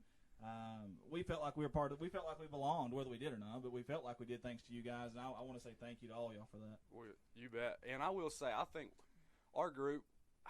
I mean, I hate to sound cliche and everything, but we all got along. There was never everybody had fun, and all throughout the practices they were fun. I mean, we had a good time. I mean, and I've always said, Andy, even when you was a sophomore, you wasn't starting on the offensive side of the ball, but on scout team D, it didn't matter. You could put Andy on his butt every time. He would hop up, pat you on the butt. Good job, man. And he'd have the best attitude about it every single time. It did not matter, but he was over there to make you better. And what ended up happening by the time it was over, he was starting. So he was a stud. That just goes to like to show that if you work at it, you will get there. Hey, that's good when the whole team gets along. That goes a long way right there. Does. You know, there's no animosity. There's no And like I said, we had a good group below us. Matt Rigdon, Christian Bauschlicker, they was both just great guys, and we all just seemed to get along. I mean, I'm sure there's teams where you get feuding and stuff like that, but for the most part, we all got along, and everybody had a good time. Did you get along off the field too? Yes, sir. I mean, we all just, like I said, we just got along. Everybody kind of run around with each other, and we had a great coaching staff. Coach Mark, Coach Hendricks, Coach Mike come and helped. I mean, Coach Hendricks, I love him to death. Me and him pretty tight. And, you know, like I said, we all had fun, and everybody played hard. And there was never, I don't know, we all just kind of clicked. Any big games stick out to you? Oh, man. I kind of figured I'd get this question, so I was kind of thinking that Piggott game, that stuck out because everything went great that night. I don't, like Andy said, we could do whatever we wanted on the offensive side of the ball. On the defensive side of the ball, I don't know how many turnovers we forced, but my senior year we played Newport here, and I'll just go out and say Newport was better than us. If we played them 10 times, they're probably going to beat us 8 out of 10 times. But that night, we caught some breaks. We still got beat, but that was probably the loudest I've ever heard this stadium. If I remember correctly, it was pretty back and forth most of the game, and we scored and went up and was kicking off, and the guy returned the kick. As soon as the ball touched his hands, I believe it was Logan Hartwig, just stuck his helmet right in his chin. Ball pops out. We get on the ball. The officials, they're corning ball. Our offense is on the field. Plays called. We're going up to the ball. And the whole time their coaches over there, you can just hear him throwing a fit. All the referees go over there, and they have a little powwow, and then next thing you know, they come out and call it inadvertent whistle, re-kick. I remember that. I was here at that game. And that, I think I was too. And that was just kind of, let's face it, a team like Newport with the athletes and the speed that they have, you're only going to hold them so long, and that was just kind of, they went on to score, and I don't remember the final score of that game, but 15-14. Was it 15-14? Yeah. I knew it was really, really close, and, hindsight's 20/20, but if that wouldn't have been called and, we had just drove down the field, every bit of momentum that was in this stadium was on our side at that moment. So that one sticks out. That one kind of burns a little bit. But was Devin Geetley on? Was he here when you played? No, sir. I think Devin came the year after I graduated. Okay, so he was a year above you, Andy. No, Devin came my senior year, so that would have been 2 years. Okay, above, Corey, but was he your age? Yeah. Yes. Yeah. See, I thought he was pretty good little running back. Yes, he was. Yep. Yes, he was. I couldn't remember what grade he was in though. Yeah, I remember that, Corey, really well. Matter of fact, it was on this right side over here, about the 30-yard lines where we'd had the football, and late in the game. And, man, I remember that you said the crowd as loud as you've ever heard. That's the loudest I've ever heard this place. I remember Travis Wolcott's dad getting thrown out of the game. Yeah. I remember it was wild. And we didn't really know. Like you said, as players, we're like, what's the problem here? Right. It was just kind of odd. I mean, like I said, the fact that the call was made, we're on the ball, and then all of a sudden, hold up, hang on, you know. And speaking of being loud, I've had a chance to go back and watch some of the old games that y'all been posting, and I'm pretty sure it's Jamie Leverton, Jeremy Rice's mom, and Clinton Evans' mom. You can hear them. I mean, the cowbells, and you know, that's what makes it fun when you're out there on the field. You can't hear that, you know, of course, but to have that support behind you, you know, that means a lot. Yeah. Hey, Corey, if you could go back and change anything and then tell these kids nowadays what they need to be focused on, what would it be? Well, don't give up. I mean, because everybody develops at different times. I mean, I'll just use myself as an example. I moved to Corning when I was in the 8th grade. I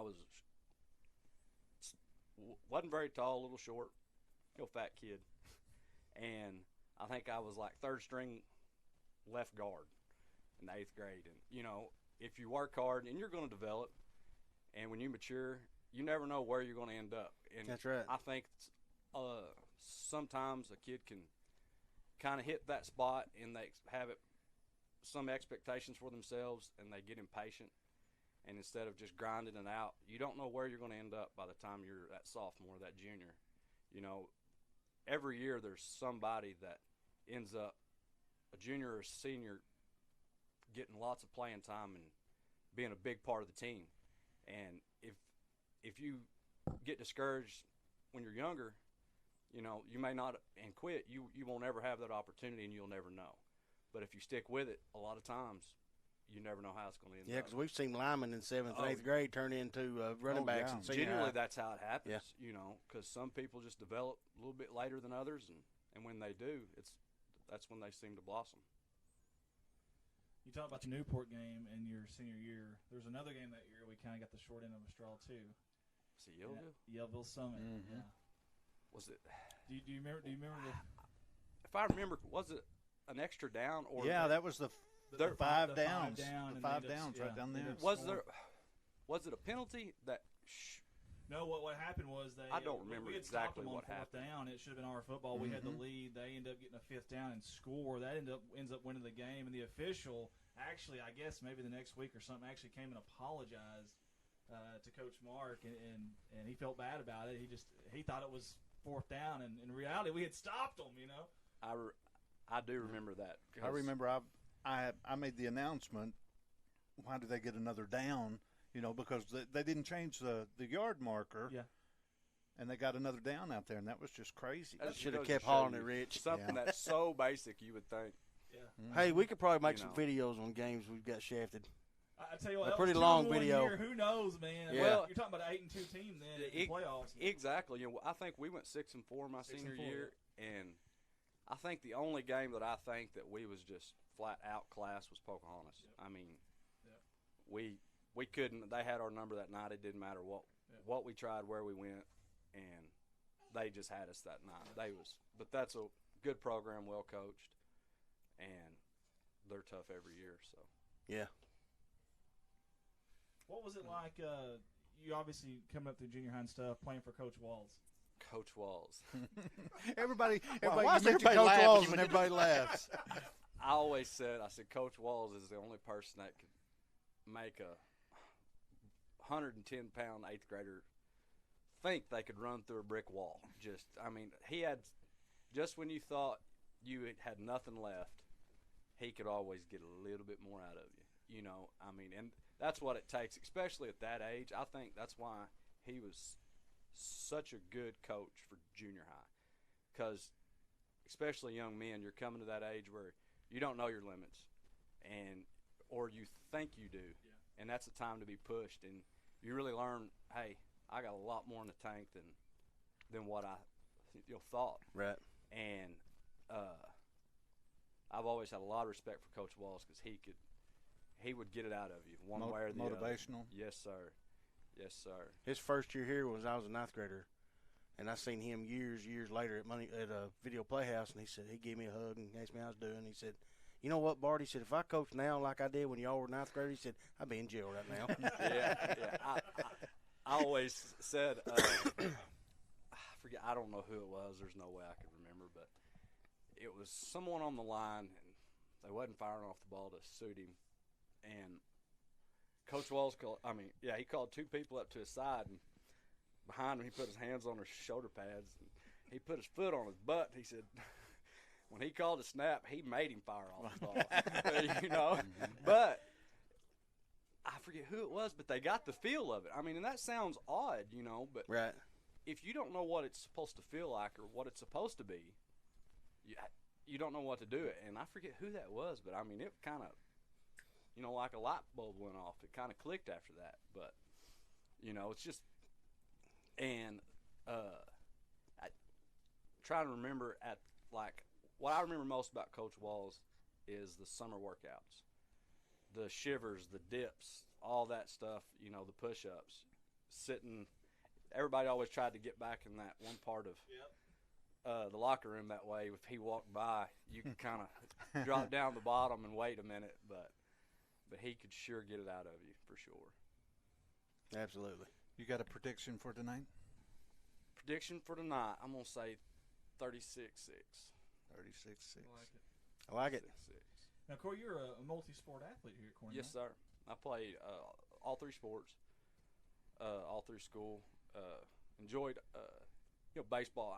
I got another little story that sticks out to me, Andy. I don't know if you'll remember, but it's my senior year in district championship at Piggott for baseball. Yes, I do remember that. And we was up, I think 10-0. It was the 5th inning, and we had to get 3 outs, 10-run rule, and we win the district. And maybe I think Prater was on the mound, struck the first guy out, and then a guy gets on. There ends up being, I forget how it happened, ended up being a guy on second and 2 outs. And Andy, you was in right, and I played second base. And the dude hit a shot in the gap to right field, and the ball just hit right at the base of the fence. And I go out to cut it off, and I can hear, cut 4. And I'll never forget, Andy just put it on the money, and I turned and threw, and it was a one-hopper, and Crash put the tag, and it was out and game over. You know, and it was kind of – and, we was up 10-0, but to win the district, it was kind of a cool way. That way. For it to all go out right. Yeah. It's good to hear Andy Earl stories. No, it's not. No. Hey, we don't hear enough of them. Though. When I was in right field, you had a laser, man. I mean, seriously, it was a laser, and it was perfect, too. I remember like a cloud of dust almost. Yes. It was so neat. It was like something out of a movie. The slow-mo. And I believe the ump sit there and Crash showed him the ball, and he was just stood there for a minute before he finally called it. But I'll never forget that. That was a fun moment. Corey, I liked watching you play basketball. I probably watched every one of y'all's basketball games that year. I really enjoyed basketball. We kind of took our lumps, here when I was in school. Now, as I got older, we towards the end of my senior year, we kind of made the turn, and like I said, that class below me really, because in my class it was me, Josh McKinley, and Brian Bass. Off the top of my head, like I said, I know I'm gonna leave somebody out, but that underclass really, and Andy, when you was a sophomore, Nick Arnold and that whole class, that to me that was kind of a turning point for the basketball program for Corning, because in the years past I think it'd been kind of down. It's been 27 years since Bobcat basketball had reached a regional, right, and that was the first year. Right. Who was the coach back then, Corey? Scott Wright was. Scott Wright. Was that Mountain View, the regionals? Did we go Mountain View that year? Yep, I was there. Well, no, was it not? Searcy, wasn't it? No, Searcy. Riverside. Riverside. Yeah. Maybe it was Leverton's junior or senior year when we was at Mountain View. Could have been. Yeah. Could have been. I think the game behind us was like maybe EPC and Gosnell or something. Remember they had Monk and Jeremy Parnell for Gosnell. Yes. Yes. And I'm watching, and this is crazy. I didn't even know this, but I watched Monday Night Football a few years later, and I see the starting. I always do the starting lineup. Dallas Cowboys starting line: Jeremy Parnell, You I know was like, what? are you kidding I me? looked him up for some reason one time, and he ended up last time as an offensive lineman Yeah. in the NFL. I Yeah. mean, he was just a He was a stud. oh my I wasn't god. 100% sure he played football his senior year. I didn't don't think so because he was like 6'8", 6'9", and was lean Yeah. and could move and jump out of the gym. He could have been too old, Andy. But Oh. he was a phenomenal athlete for sure, along with Monk. I mean, Yes, that was a fun game to watch. I played against. See, my sophomore year is before we switched conferences. We was like it was us, EPC, Rivercrest, Gosnell. We was more on the eastern side of it, and we played EPC out here my sophomore year. And I'll never forget Coach Mark. He come to me that Monday and he said, "Hey Godwin," he said, "I got a tall task for you." He said, literally. And he said, I want you to go everywhere Monk goes. He said, and I could stay with him speed-wise. But I think after the game was over, I ended up holding him to like 3 touchdowns and 200 and something yards receiving. Holding him to that. Yeah, that's what I held him at. I mean, he was just, and what kind of, you hear people talk about athletes and going on to the next level, and that put it in perspective to me that night. Not only his performance on the field, but as he was walking off the field in full pads, full gear, he had a football in his right hand. He walked underneath that right goalpost or the goalpost over here, and as he's walking under it, he just kind of hops, puts the football over it with his right hand, grabs it with his left, and just keeps walking in stride. I mean, Yeah. Like it was nothing. what kind of athlete, your average person could not touch the bottom of the goalpost, much less just I casually. honestly, watching him play high casually school do that. sports, I honestly thought he'd go basketball. I really did. Oh, yeah, I for didn't. sure. I mean, don't get me wrong, he was a good football player, but I never seen that coming. No, I didn't either because it was our senior year. I think they had the regional tournament at Pocahontas, and it was like watching a celebrity walk in. My little brother got his autograph. I mean, Wow. but I mean, he would come in the gym, and every game he was putting on a show. I mean, it was just ridiculous. Yeah. What was it like for you to play for Coach Wright? Coach Wright, you're gonna put me on the spot. We bumped heads, but you know what? Coach Wright was a good guy, and I will say there was I forget. I think it was against Rector. We had a tight game at home one night, and we pulled it out. And right as the buzzer went off, there was I'm assuming he was a parent from Rector. As I was coming off the court, he grabbed my shoulder and spun me around and said, "Well, if it wasn't for the refs, blah, blah, blah, y'all wouldn't have won." And I will say, Scott Wright come on court. That guy, he said, "You will not touch one of my players, ever." And he really stuck up for me that night, and that means a lot. Scott married a local girl, didn't he? Andrea, wasn't she? Andrew, Banks, I believe. Thanks. Yeah. Okay. I'll tell you what, Scott knew his X's and O's. Yes. Yes, No he doubt did. about Yes. that. And he's Yes, at Magnolia now. Is that right? Mena, Or I Mena? think. Mena. Oh yeah. Mina, I think. Yeah. Mena. And we was in shape. I mean, Oh, yeah. still to this day. Do you remember the Thanksgiving? Oh, God. Would Andy have been on the basketball team when this guy grabbed you from Rector? I don't remember if that was my Well, senior if year he or was, junior Andy, you year. should have speared him. I but- should have, yeah. Uh, But I remember the oh crap, I hate this practice. yes, I'll never forget. We would walk in, and he would just have like stations set up throughout the gym. And in the middle of the court, there was 2 chairs back to back with water bottles, and there was like an hour on the clock. And you just went from station to station. Once you got to the middle, that was your break. And then after that, he said, "We're going to scrimmage." And he said, if it needs to be at an intense level. If it's not, we'll go back to doing our station work. Ooh. He was serious. And it was kind of one of them. Oh yeah, I mean, and So you was like playing for the national championship. Oh yeah, I mean, and it never failed. He was after practice, and looking back now, it was a good thing. I'll never forget. After he'd say on the baseline, and he'd sit there and talk for a minute. And you're already gassed. Yeah. And he'd have a basketball, and he said 1-and-1. He would just toss the ball to somebody. Yep. And if you made them both, we was done. If you missed the first one, it was a line drill timed. If you made one, miss one, it was a down and back timed. And you would do that until someone made 2 in a row, and then and that was time to Yeah. quit practice, and that put some pressure on you. Yes, it did. And you had to learn. when Well, you that's go- game time pressure right Yes. there. When you go the line, you had to use your legs because your legs were gone. Yeah. I mean, you had to bend your knees, take your time, and make it count. you don't want to let your peers down. No, That's- because you know everybody's. Yeah. Way to done go, and ready to Corey. go. Oh yeah. You're the leader, and you missed your free Exactly. throws. Exactly. You don't want to be that guy for sure. Hey, Corey, I'm going to put you on the spot. You said bet. you played basketball with Brian Bass. Mm-hmm. You know his little brother Timmy played and was very, very good. Yes. Who was the better basketball player?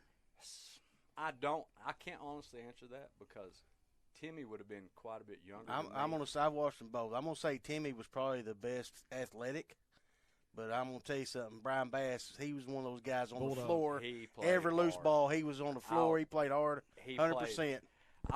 Another involves Coach Wright and Brian Bass. I think it was a district tournament my my junior year. It was at Piggott. In the second quarter, something happened, and it was a fast break, and I fouled the guy. I did. And Brian, who was right beside me, he said something. I don't think it was something you can repeat on No. live on air, but No. he said something, and the ref turned around and looked at me, or he called a technical. And I looked at Bass and said, dude, you just got teed up. And Coach Wright had a rule.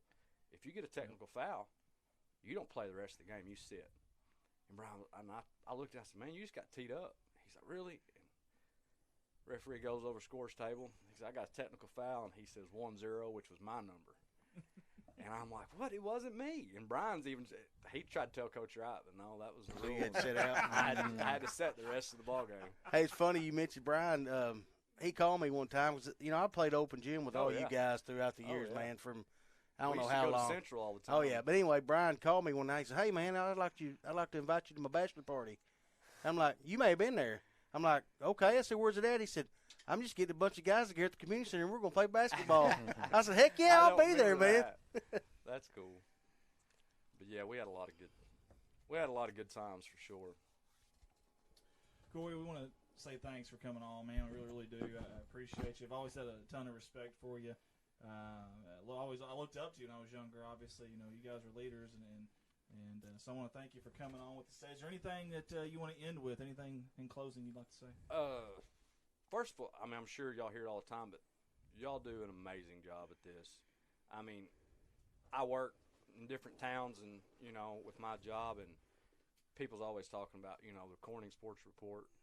And, I think, like, you try to watch other schools do it, and It don't even compare, man. they attempt, but, it's not the same. And I think y'all are really putting a spotlight on, the athletics in Corning, and that's the only way you're going to get programs up and going and getting kids excited about it.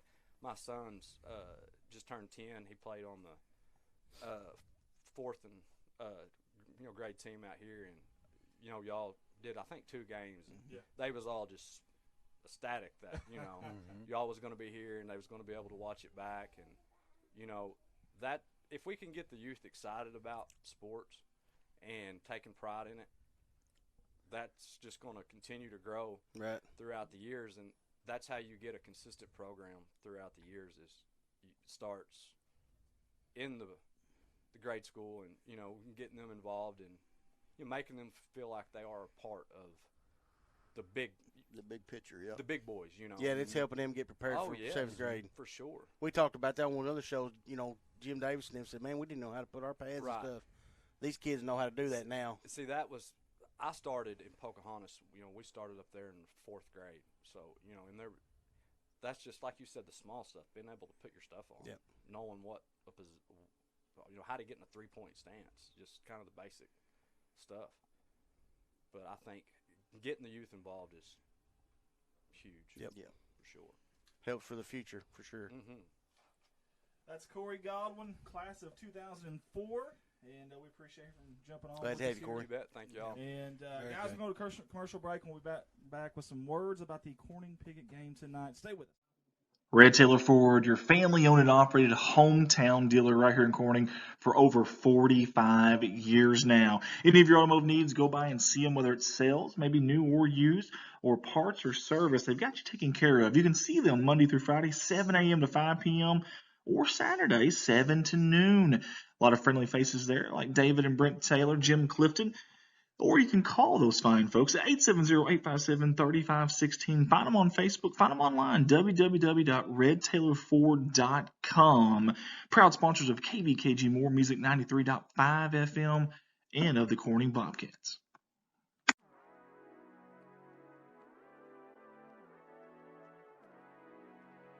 KBKG More Music 93.5 FM.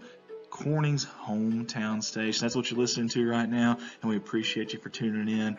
Hey guys, if you want to tune in every Friday night during football season, we'll have all the Corning Bobcat football games live on your radio waves right here. Also select basketball games, baseball, and softball games. That's right here, More Music 93.5. Also, we want to say thank you to Jim Atkins, owner-operator at KBKG, for all he does and for allowing us to do this radio show this morning, and Amanda Sutphin for all of her help, and Rob Barnett for all he does as well. Again, KBKG, More Music 93.5, Corning's hometown station. Go Cats, go. You're listening to Good Morning Corning, our new radio station here in our hometown of Corning, Arkansas, hosted by myself, Andy Earls, and co-hosted by Bart White and Mark Red Tailor Ford, your family-owned and operated hometown dealer right here in Corning for over 45 years now. Any of your automotive needs, go by and see them, whether it's sales, maybe new or used, or parts or service. They've got you taken care of. You can see them Monday through Friday, 7 a.m. to 5 p.m., or Saturday, 7 to noon. A lot of friendly faces there, like David and Brent Taylor, Jim Clifton. Or you can call those fine folks at 870-857-3516. Find them on Facebook. Find them online, www.redtailorford.com. Proud sponsors of KBKG More Music 93.5 FM and of the Corning Bobcats.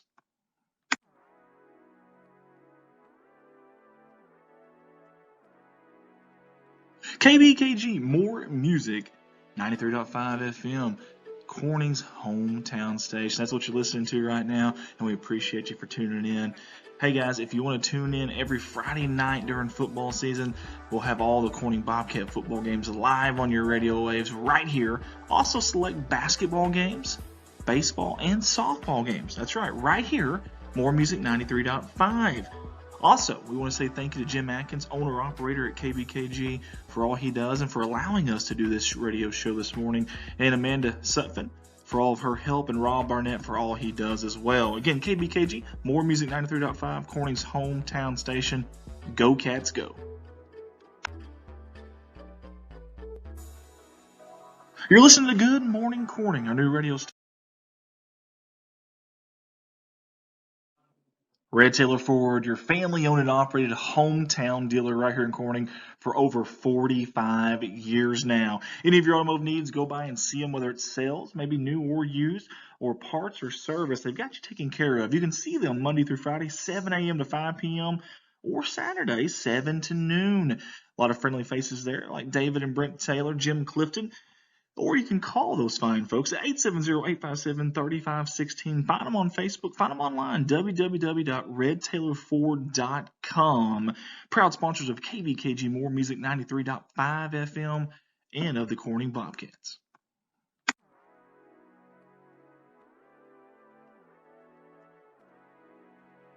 KBKG More Music 93.5 FM.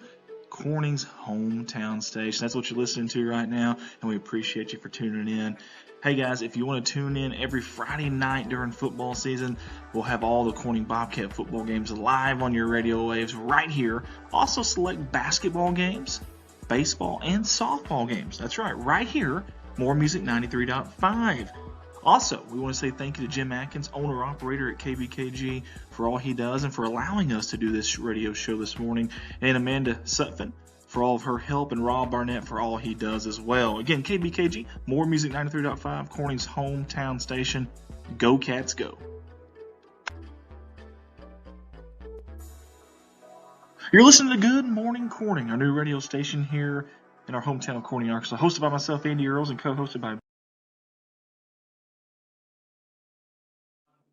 Red Taylor Ford, your family-owned and operated hometown dealer right here in Corning for over 45 years now. Any of your automotive needs, go by and see them, whether it's sales, maybe new or used, or parts or service. They've got you taken care of. You can see them Monday through Friday, 7 a.m. to 5 p.m., or Saturday, 7 to noon. A lot of friendly faces there, like David and Brent Taylor, Jim Clifton.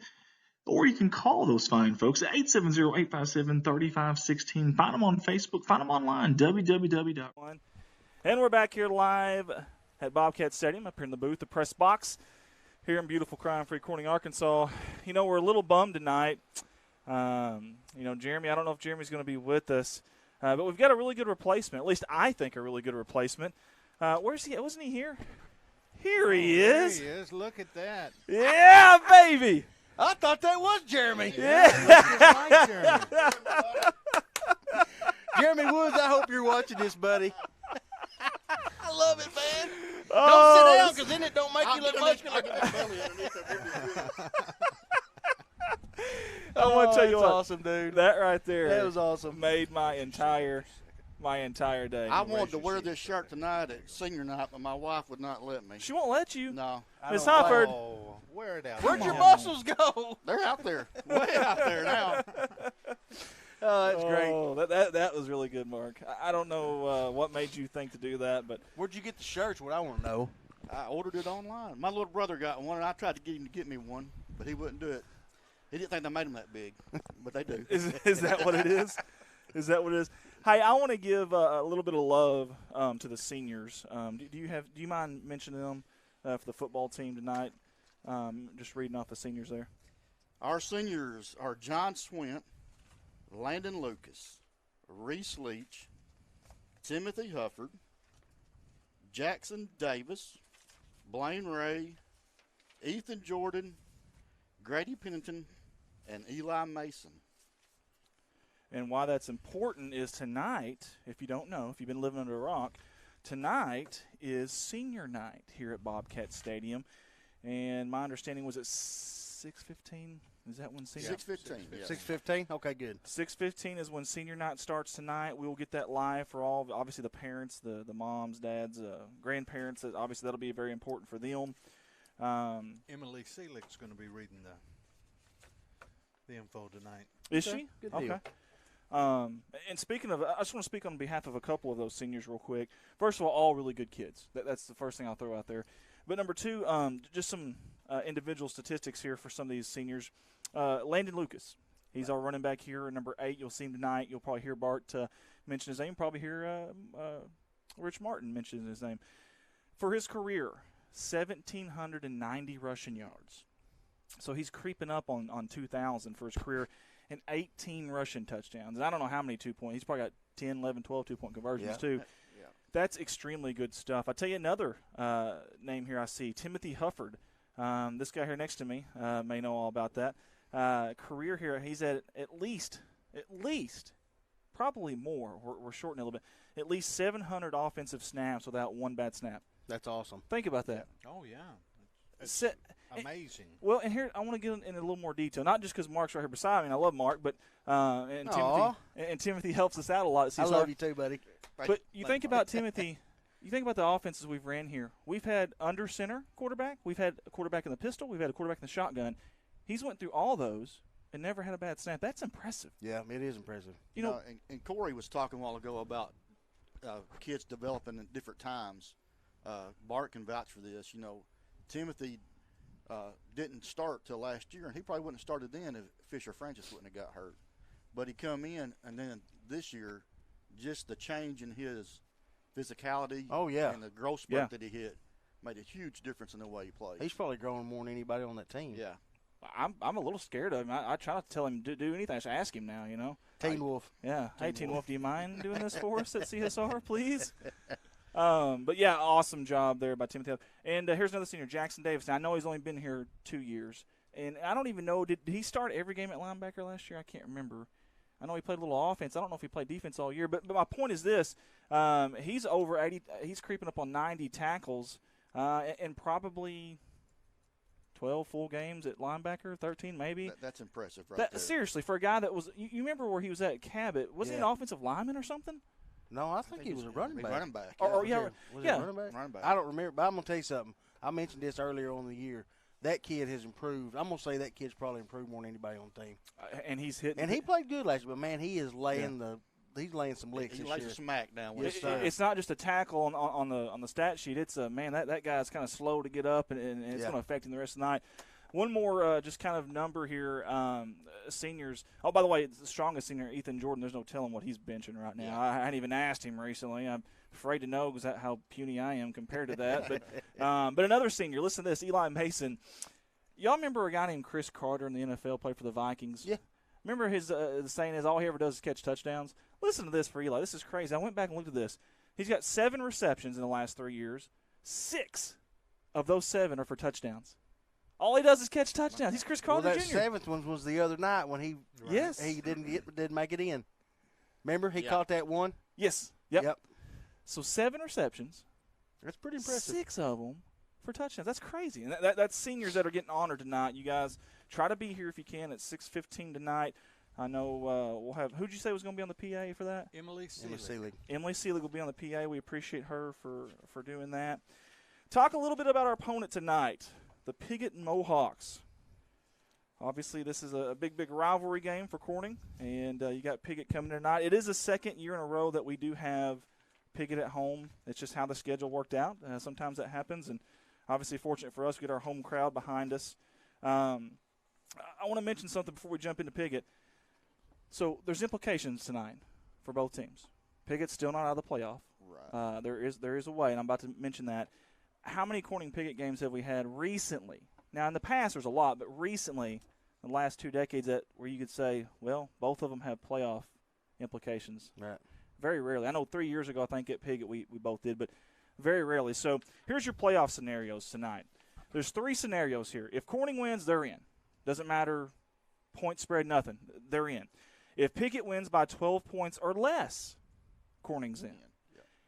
The third scenario, here's where it could get kind of dicey. If Piggott wins by 13 or more points, there is a perfect triangle 3-way tie. The tiebreaker, believe it or not, is a coin toss. Like on Friday Night Lights, the movie.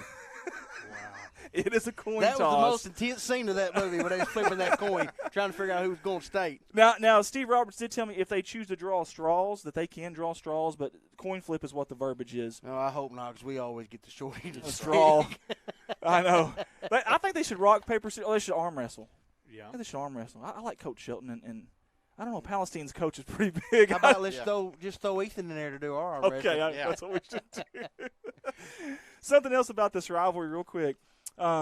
This will be only the there we go. I got it. This is the second time in the last decade that both of them had playoff implications, so that's big. But if Corning wins tonight, it'd be the 2 wins in a row, but it'd be the first time since 2006, 2007 that they've won 2 in a row. That's how well Piggott has played in the last 10, 12 years. They have kind of had a stranglehold on these series, to be honest with you. And a win tonight would get 2 in a row, and it'd be the first time since 2006, 2007 since that's happened. Here's something kind of interesting, too. If Piggott wins tonight, it will be only the 3rd time. This is 84th game tonight. Only the 3rd time in 84 games where you've had 3 consecutive games with 3 different winners. That's really intriguing. Yeah, to because me. we won last year and they won the year before last. Yeah.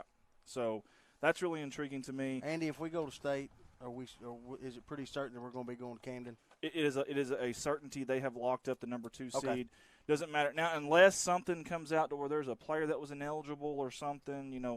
Kind of like a few years back, I think EPC or Earl had something like that. And So we need to get the shovels out and start digging. there you go. Yeah, that year I think is the year that one of those teams had Herschel Walker playing for them. Yeah, I think he was at 50 years old, but he sure looked good. Hey, that dude's a stud. He really is a stud. I will say that too. So you've got a lot going on tonight. A little bit about Piggott real quick if I can, though. Piggott, the guys to watch for tonight, number 21, Joe Carpenter. He's a senior, so he could be playing his final game. And he ain't going to go out without a foul, I can promise you. This kid's a dude now. He can play. He's number 21. My understanding is they're wearing all white for the first time in a long time is what I heard. I don't know if that's true or not. But 21 in white, guys. He's 4.7 40 speed. Had a 79-yard interception return for touchdown at Goslin. 3-year starter. He was the Farm Bureau Player of the Week last week. Had 20 rushes for 95 yards and 2 touchdowns.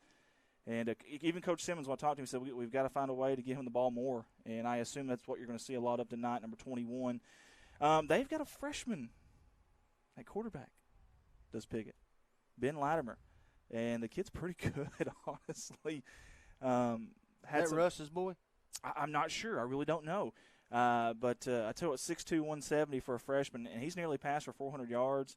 Of course, he started in junior high quarterback, but the kid can play now. Now, hasn't had a whole lot of luck. Receivers have dropped some balls. And, well, I'll tell you, last week they had a wide-open touch and a nice, beautiful dime from Latimer. They just dropped it. They just dropped it. But really good kid. Andy, how's their offensive line? I hadn't watched any film on them. I will say this. If you're going to say that there's a strength, or maybe not a strength, but maybe a plus for Piggott, they've got veteran linemen. They really do. You got Josh Redd. He's a senior. I know Will Vansel was a senior, and he's been really good, 3-year starter.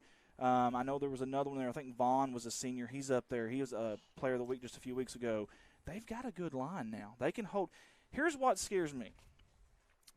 If this game hadn't happened, a rivalry game, first of all, anything can happen. You just never know. You can almost throw stats out the window. You can throw records and stuff. But the one game that scares me the most is Manila-Piggott game.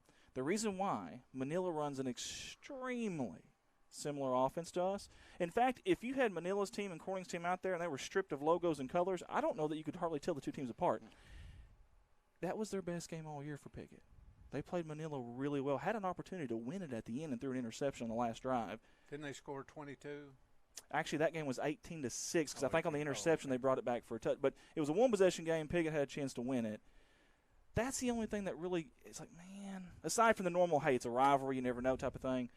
But on film, I'll be honest with you, Piggott has struggled. There's no – Well, I'm going to say this. If our boys come out and play like they did against Palestine Wheatley and Walnut Ridge, I think we will handle Piggott pretty well. But we've got to keep that intensity going from – that's what we talked about last week, having an off week. I think that was the worst thing for us, having an off week. It's tough because you're right, man. You get so much momentum, and then all of a sudden you lose that momentum. In my opinion, anyways, when you do that. But there's another side to that too, though. Yeah, you get some healing time. Yes, and we've kind of needed that. Yeah. To be honest, there's some guys that have been playing with some stuff. I know Moose rolled his ankle at Hoxie. Yeah. Yep. And he was still. I seen Don the other night, and he said he's still icing it, even though he's good to go. He said he's still icing it every night. So here's kind of the tale of the tape. Right now for the offense for Piggott, they have just struggled mightily. The offense themselves is averaging 3 points a game. If you take away Carpenter's interception return, and they had a special teams, either a punt return or kick return for touchdown, they are struggling. But if there's a positive for Piggott, last week they figured out how to ground and pound again. Over 200 yards rushing last week against Palestine Wheatley, and they scored 12 against the Palestine Wheatley team that was different than what we played. Right. Yeah, they'd moved up some of their freshmen, and they had a great junior high team. Man, I want to tell you, there was two freshmen in particular, quarterback and the running back Pendleton, that they were studs, and they showed out that game. So hard to judge that game. It really is. Yeah, man, you were on the phone talking about that, wondering why they didn't move them up against us. Yeah, maybe they wanted to for sure snatch that junior high championship first. I can't blame them for that. I can't either. And who knows if that had made a big difference? I don't know. I feel like we'd still won, but you don't know. You don't know these things until it happens. So, that's right. So that's Piggott's offense. Now their defense, they've allowed 42 points a game. And here's the big thing for Piggott: it's third downs on offense. 6 of their 9 games have been below 30%, and 30% ain't that good, but they've been below 30% on third down conversions. On defense, they're giving up 71% of third downs. So for Piggott to win tonight or have a shot, third down on both sides of the ball will be critical for them, in my opinion. You got two coaches now that there won't be another coaching matchup in the state that's any better than what we got tonight. Yeah, you're talking about two guys, and I know Don very little. I know his wife, but they're talking about two good guys. Oh, man. Not just good coaches, but good guys. And the community, both Corning and Piggott, need to realize that when you got somebody like that, I've sat in here to listen to these guys talk about playing. Andy, you playing. Yep. Talking about your coaches, how they helped you become men. And that's what Corning and Piggott's got right now. You've got two coaches. They're not just helping your boys become football players, but become young men. Bingo. Respectable. So it's going to be one of them that, okay, this is going to be on the kids. Then I don't want to say, as a parent, as a fan, you'll hear people say, "Well, that was a coach's loss." That's not going to be the case tonight. No, it's going to be on the field. It's going to be on the field. Those 11 guys. Yep. Like Wes said, you can tell them what to do and show them how to do it, but they have got to do it. You can't do it for them. Yeah, exactly. Don Simmons, 207 wins. Are you kidding me? 1 state championship. Shelton, I believe, has got 183 wins in a state championship. He's got 2 state championships. Oh, sorry, 2 state championships. That's unbelievable, guys. That's huge, huge numbers, man. That's wild to me to have 2 coaches in Clay County. We got small awesome, schools, man. Yeah. We're not 5A, 6A. No. You know what I mean? Like, what are the chances of that? So that's pretty cool to me. All right, I want to go down the line with you guys here. We'll start with Rich. If Rich is awake down there. I'm awake. I was just listening. What's the one thing you think Corning needs to do tonight to ensure they're going to win this thing? Our secondary has worried me all year. Okay. I just want us to play tight. I like we, that. We can't give them 10 yards after they catch the ball. No. We've got Sure, to be there sure. when they catch I the agree with ball. that. We've got to be there when they catch the ball. That's a good point. Bart, what do you think? I got 3 things, and I hope the boys are listening, some of them. First of all, do not underestimate Pickett tonight. Bingo. Because y'all seen how Walnut Ridge underestimated us, and we almost pulled that one out. Definitely. Number 2, play with your hearts. Play your hearts out tonight. Leave it all on the field. Number 3, do not let up. Go 100% all 4 quarters. I don't care if we're winning 65-0. I want everybody still pounding and pounding and pounding. All gas, no brakes. We've got Yep. to control our temper, too. We sure don't need Yeah, an that's true. Yeah, we don't had a need little an incident last year, unnecessary. but Yeah.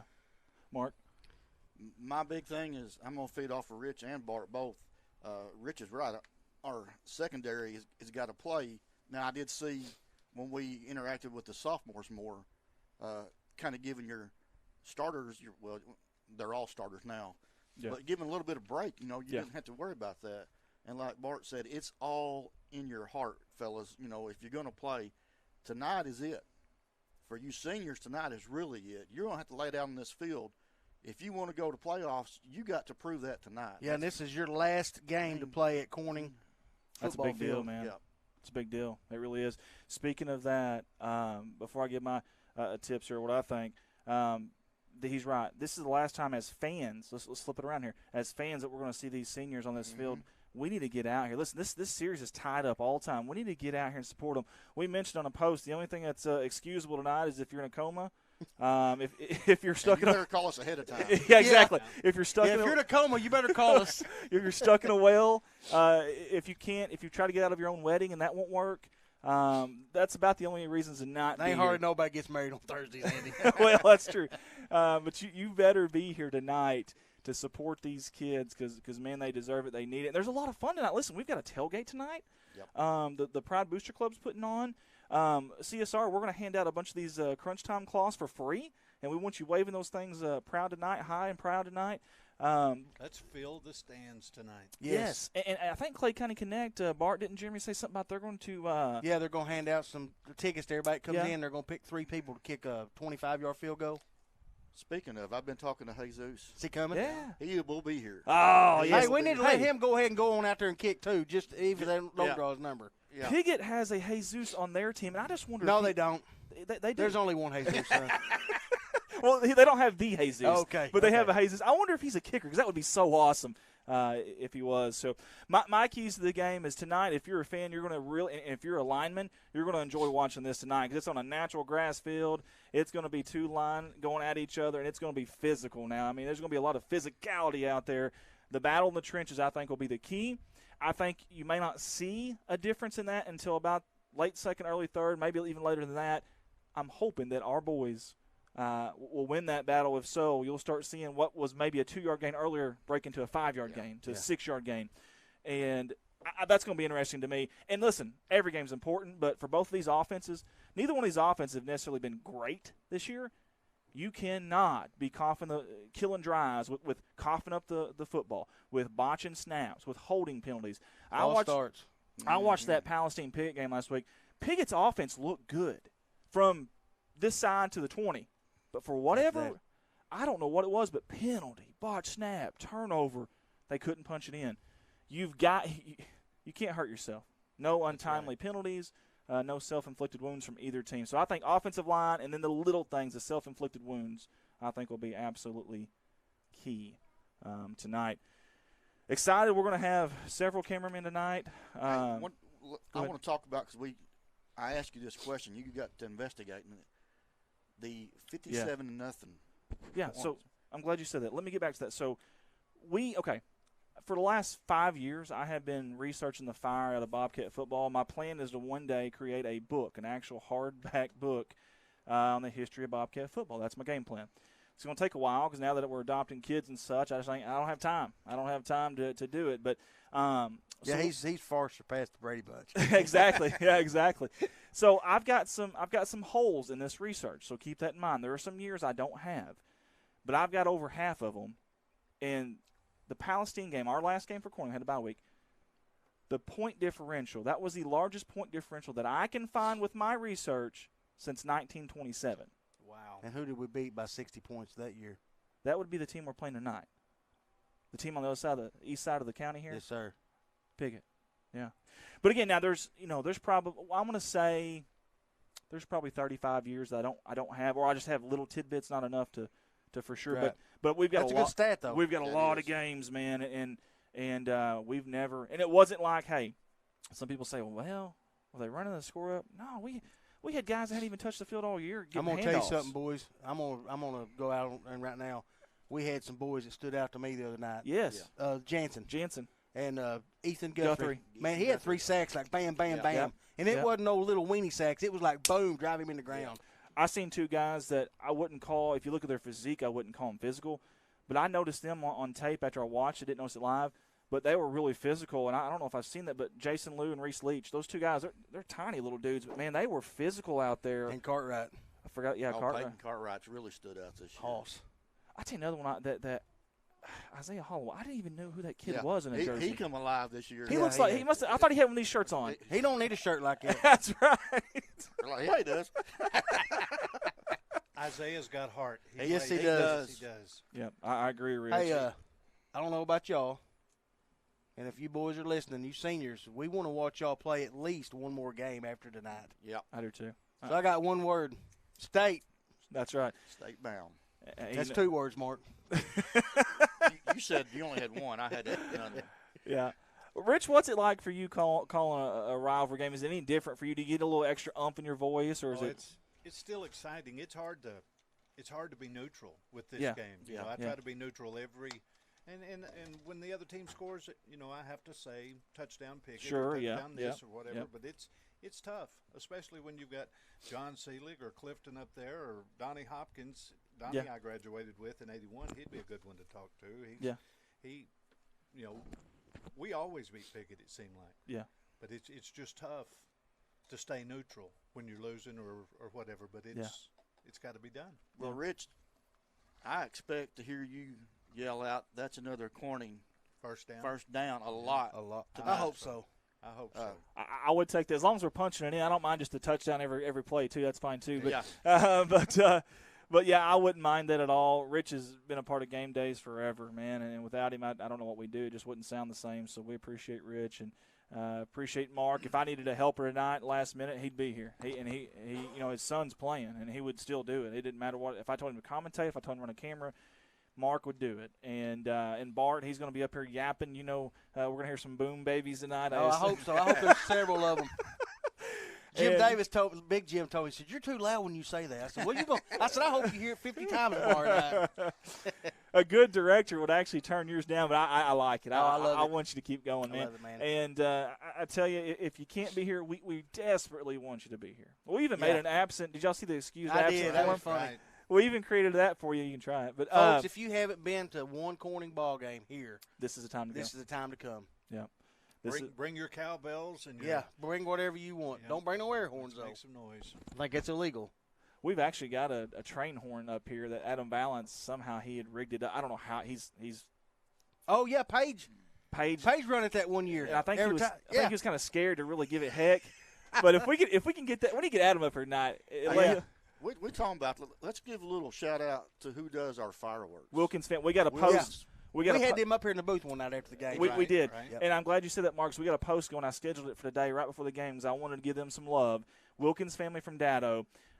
Nobody just went and asked them or told them that they did this on their own. They wanted to do this.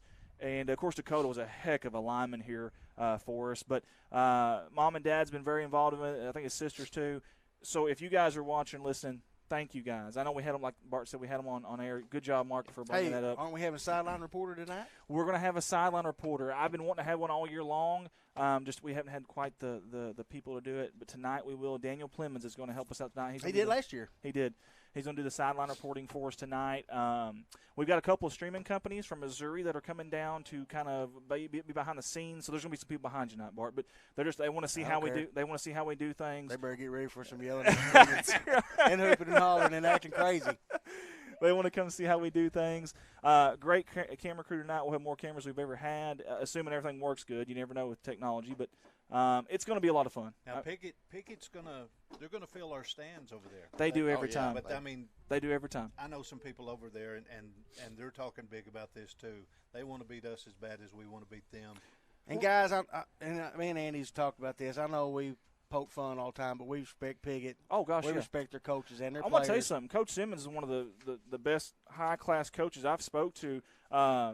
In fact, he has been – sorry, my little one's here. We talk a lot. Honestly, I really like the guy. I really have a lot of respect for him.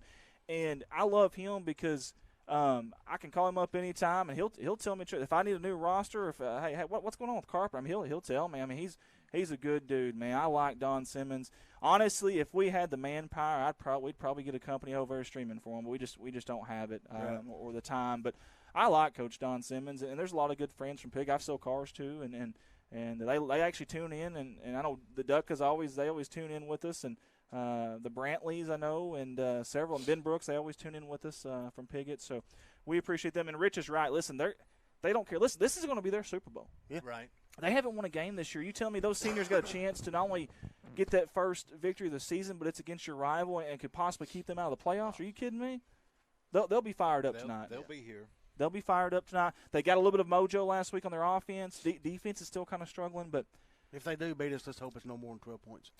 I don't want to feed any fires here for Piggott, but I only see three outcomes. I see Corning winning a blowout, Corning winning a close game, or Piggott winning a close game. I just don't know if they've got enough offense to blow anybody out. Nothing against them. Right. They've only had 16, 17 kids. It's not their fault. I mean, right. They had a lot quit and had to go through a lot of stuff over there. Yeah, and you got to commend the ones that stayed. Oh, my gosh. Yeah, definitely there was probably some that didn't want to stay for the simple fact, man, we're not even going to have a team, but you got to commend them boys that stayed. Hey, we've been through that. Yes. Exactly. Yes, we know what that's like. Hey, and something else. So we talked earlier this year about the 8-man teams. Mm-hmm. You know how many teams?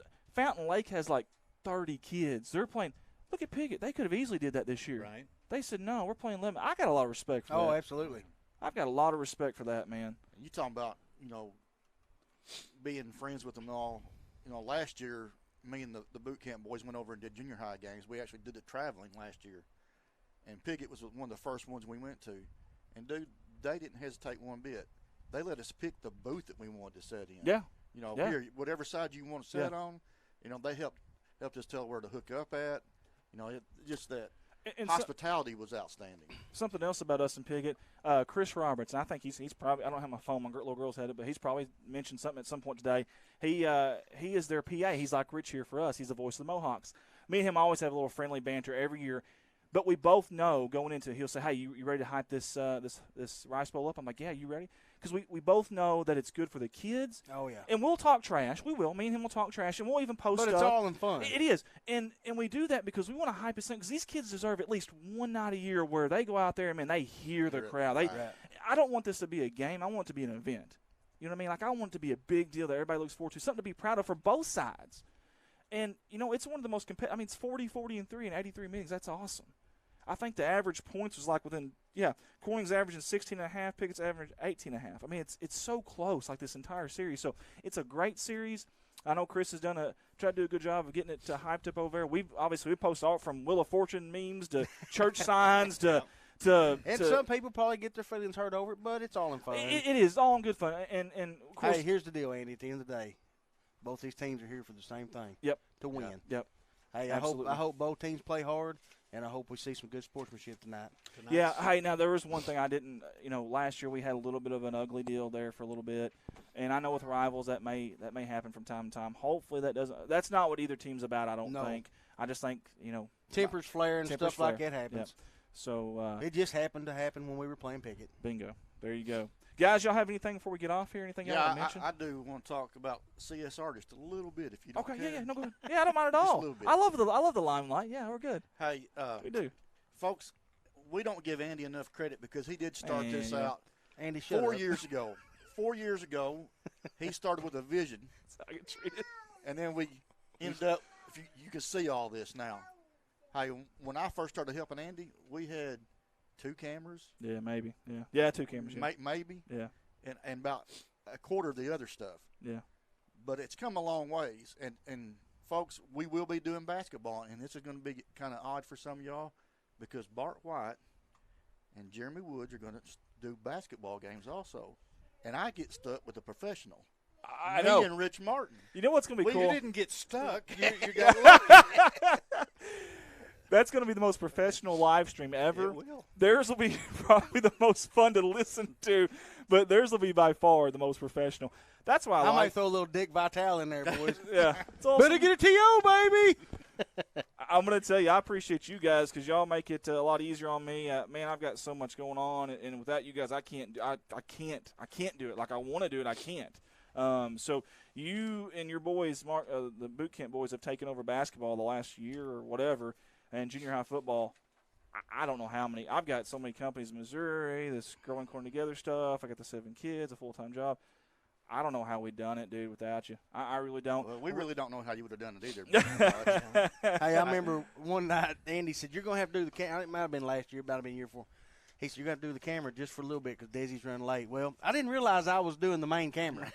So the play's down here in the end zone, and I got the camera down here in this zone. Andy goes, dude, what are you doing? I said, what are you talking about? He goes, you're supposed to be running that camera. And I looked at the screen. I said, oh, crap, that's the main camera.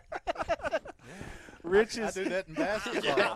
I was just going to say, Rich has helped us out in softball. Rich has helped us out in basketball. He's ran a camera. He's commentated. You guys obviously done the radio show with us, but Bart's been helping commentate for a while. Also, he's ran a camera before, too. I love it, man. I enjoyed it. I'm glad we've got it. A lot of people call us for tips. I was and reluctant stuff. the first time you asked me to do it because I was kind of, and don't get me wrong, I'm That's a talk. Everybody knows I talk. Yeah. But I was nervous. Yeah. I was actually nervous to do it, but man. You was worried about what that mouth was going to let slide out? No, I wasn't worried about that. But no, honestly. I don't think he's ever worried about that. After that first game, I was hooked, man. And I told Andy, I said, any game you need me, I'll do it. And then I end up, I'm here every week, and I love it. Before we go, I want to see the muscles one more time. Yeah, stand up, Hubbard. Stand up, Hubbard. And show Jeremy, us. now I'm going to apologize. Oh, don't apologize. Jeremy, you keep working, son, and you can look like this one day. Oh, me. Now, Nicola's going to want you to wear that at all times. Hey, I may have to borrow that sometime. There you go. Now it looks like you got muscles. Yeah. Oh, definitely. That's awesome, man. Jeremy would be jealous all Oh, day. that's awesome. That is great Boys, stuff. I want to That's say good. one more thing. Good luck tonight. We're here to support you no matter what. Yep. Play your hearts out. Don't let up, and let's go get a victory tonight, and let's go to state. I like it, baby. I love it. Anything else, Rich? Nope. Sounds good to me. Mark, you want anything else before we get off? No, sir. Guys, this has been episode 7, the Rice Bowl edition. We'll be back to you live a little earlier. Me and myself and Rich Martin here are going to have a pregame show around 4 o'clock. You heard it right. I know it's 3 hours before kickoff. What are we doing?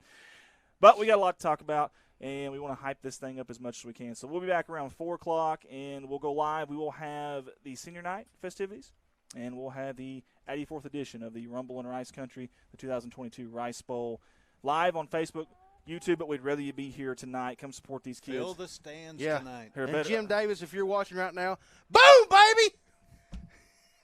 I had to do it. God, that is loud. It is loud. Guys, God Oh, bless man. you. We'll see you tonight. Go Cats. Red Taylor Ford, your family-owned and operated hometown dealer right here in Corning for over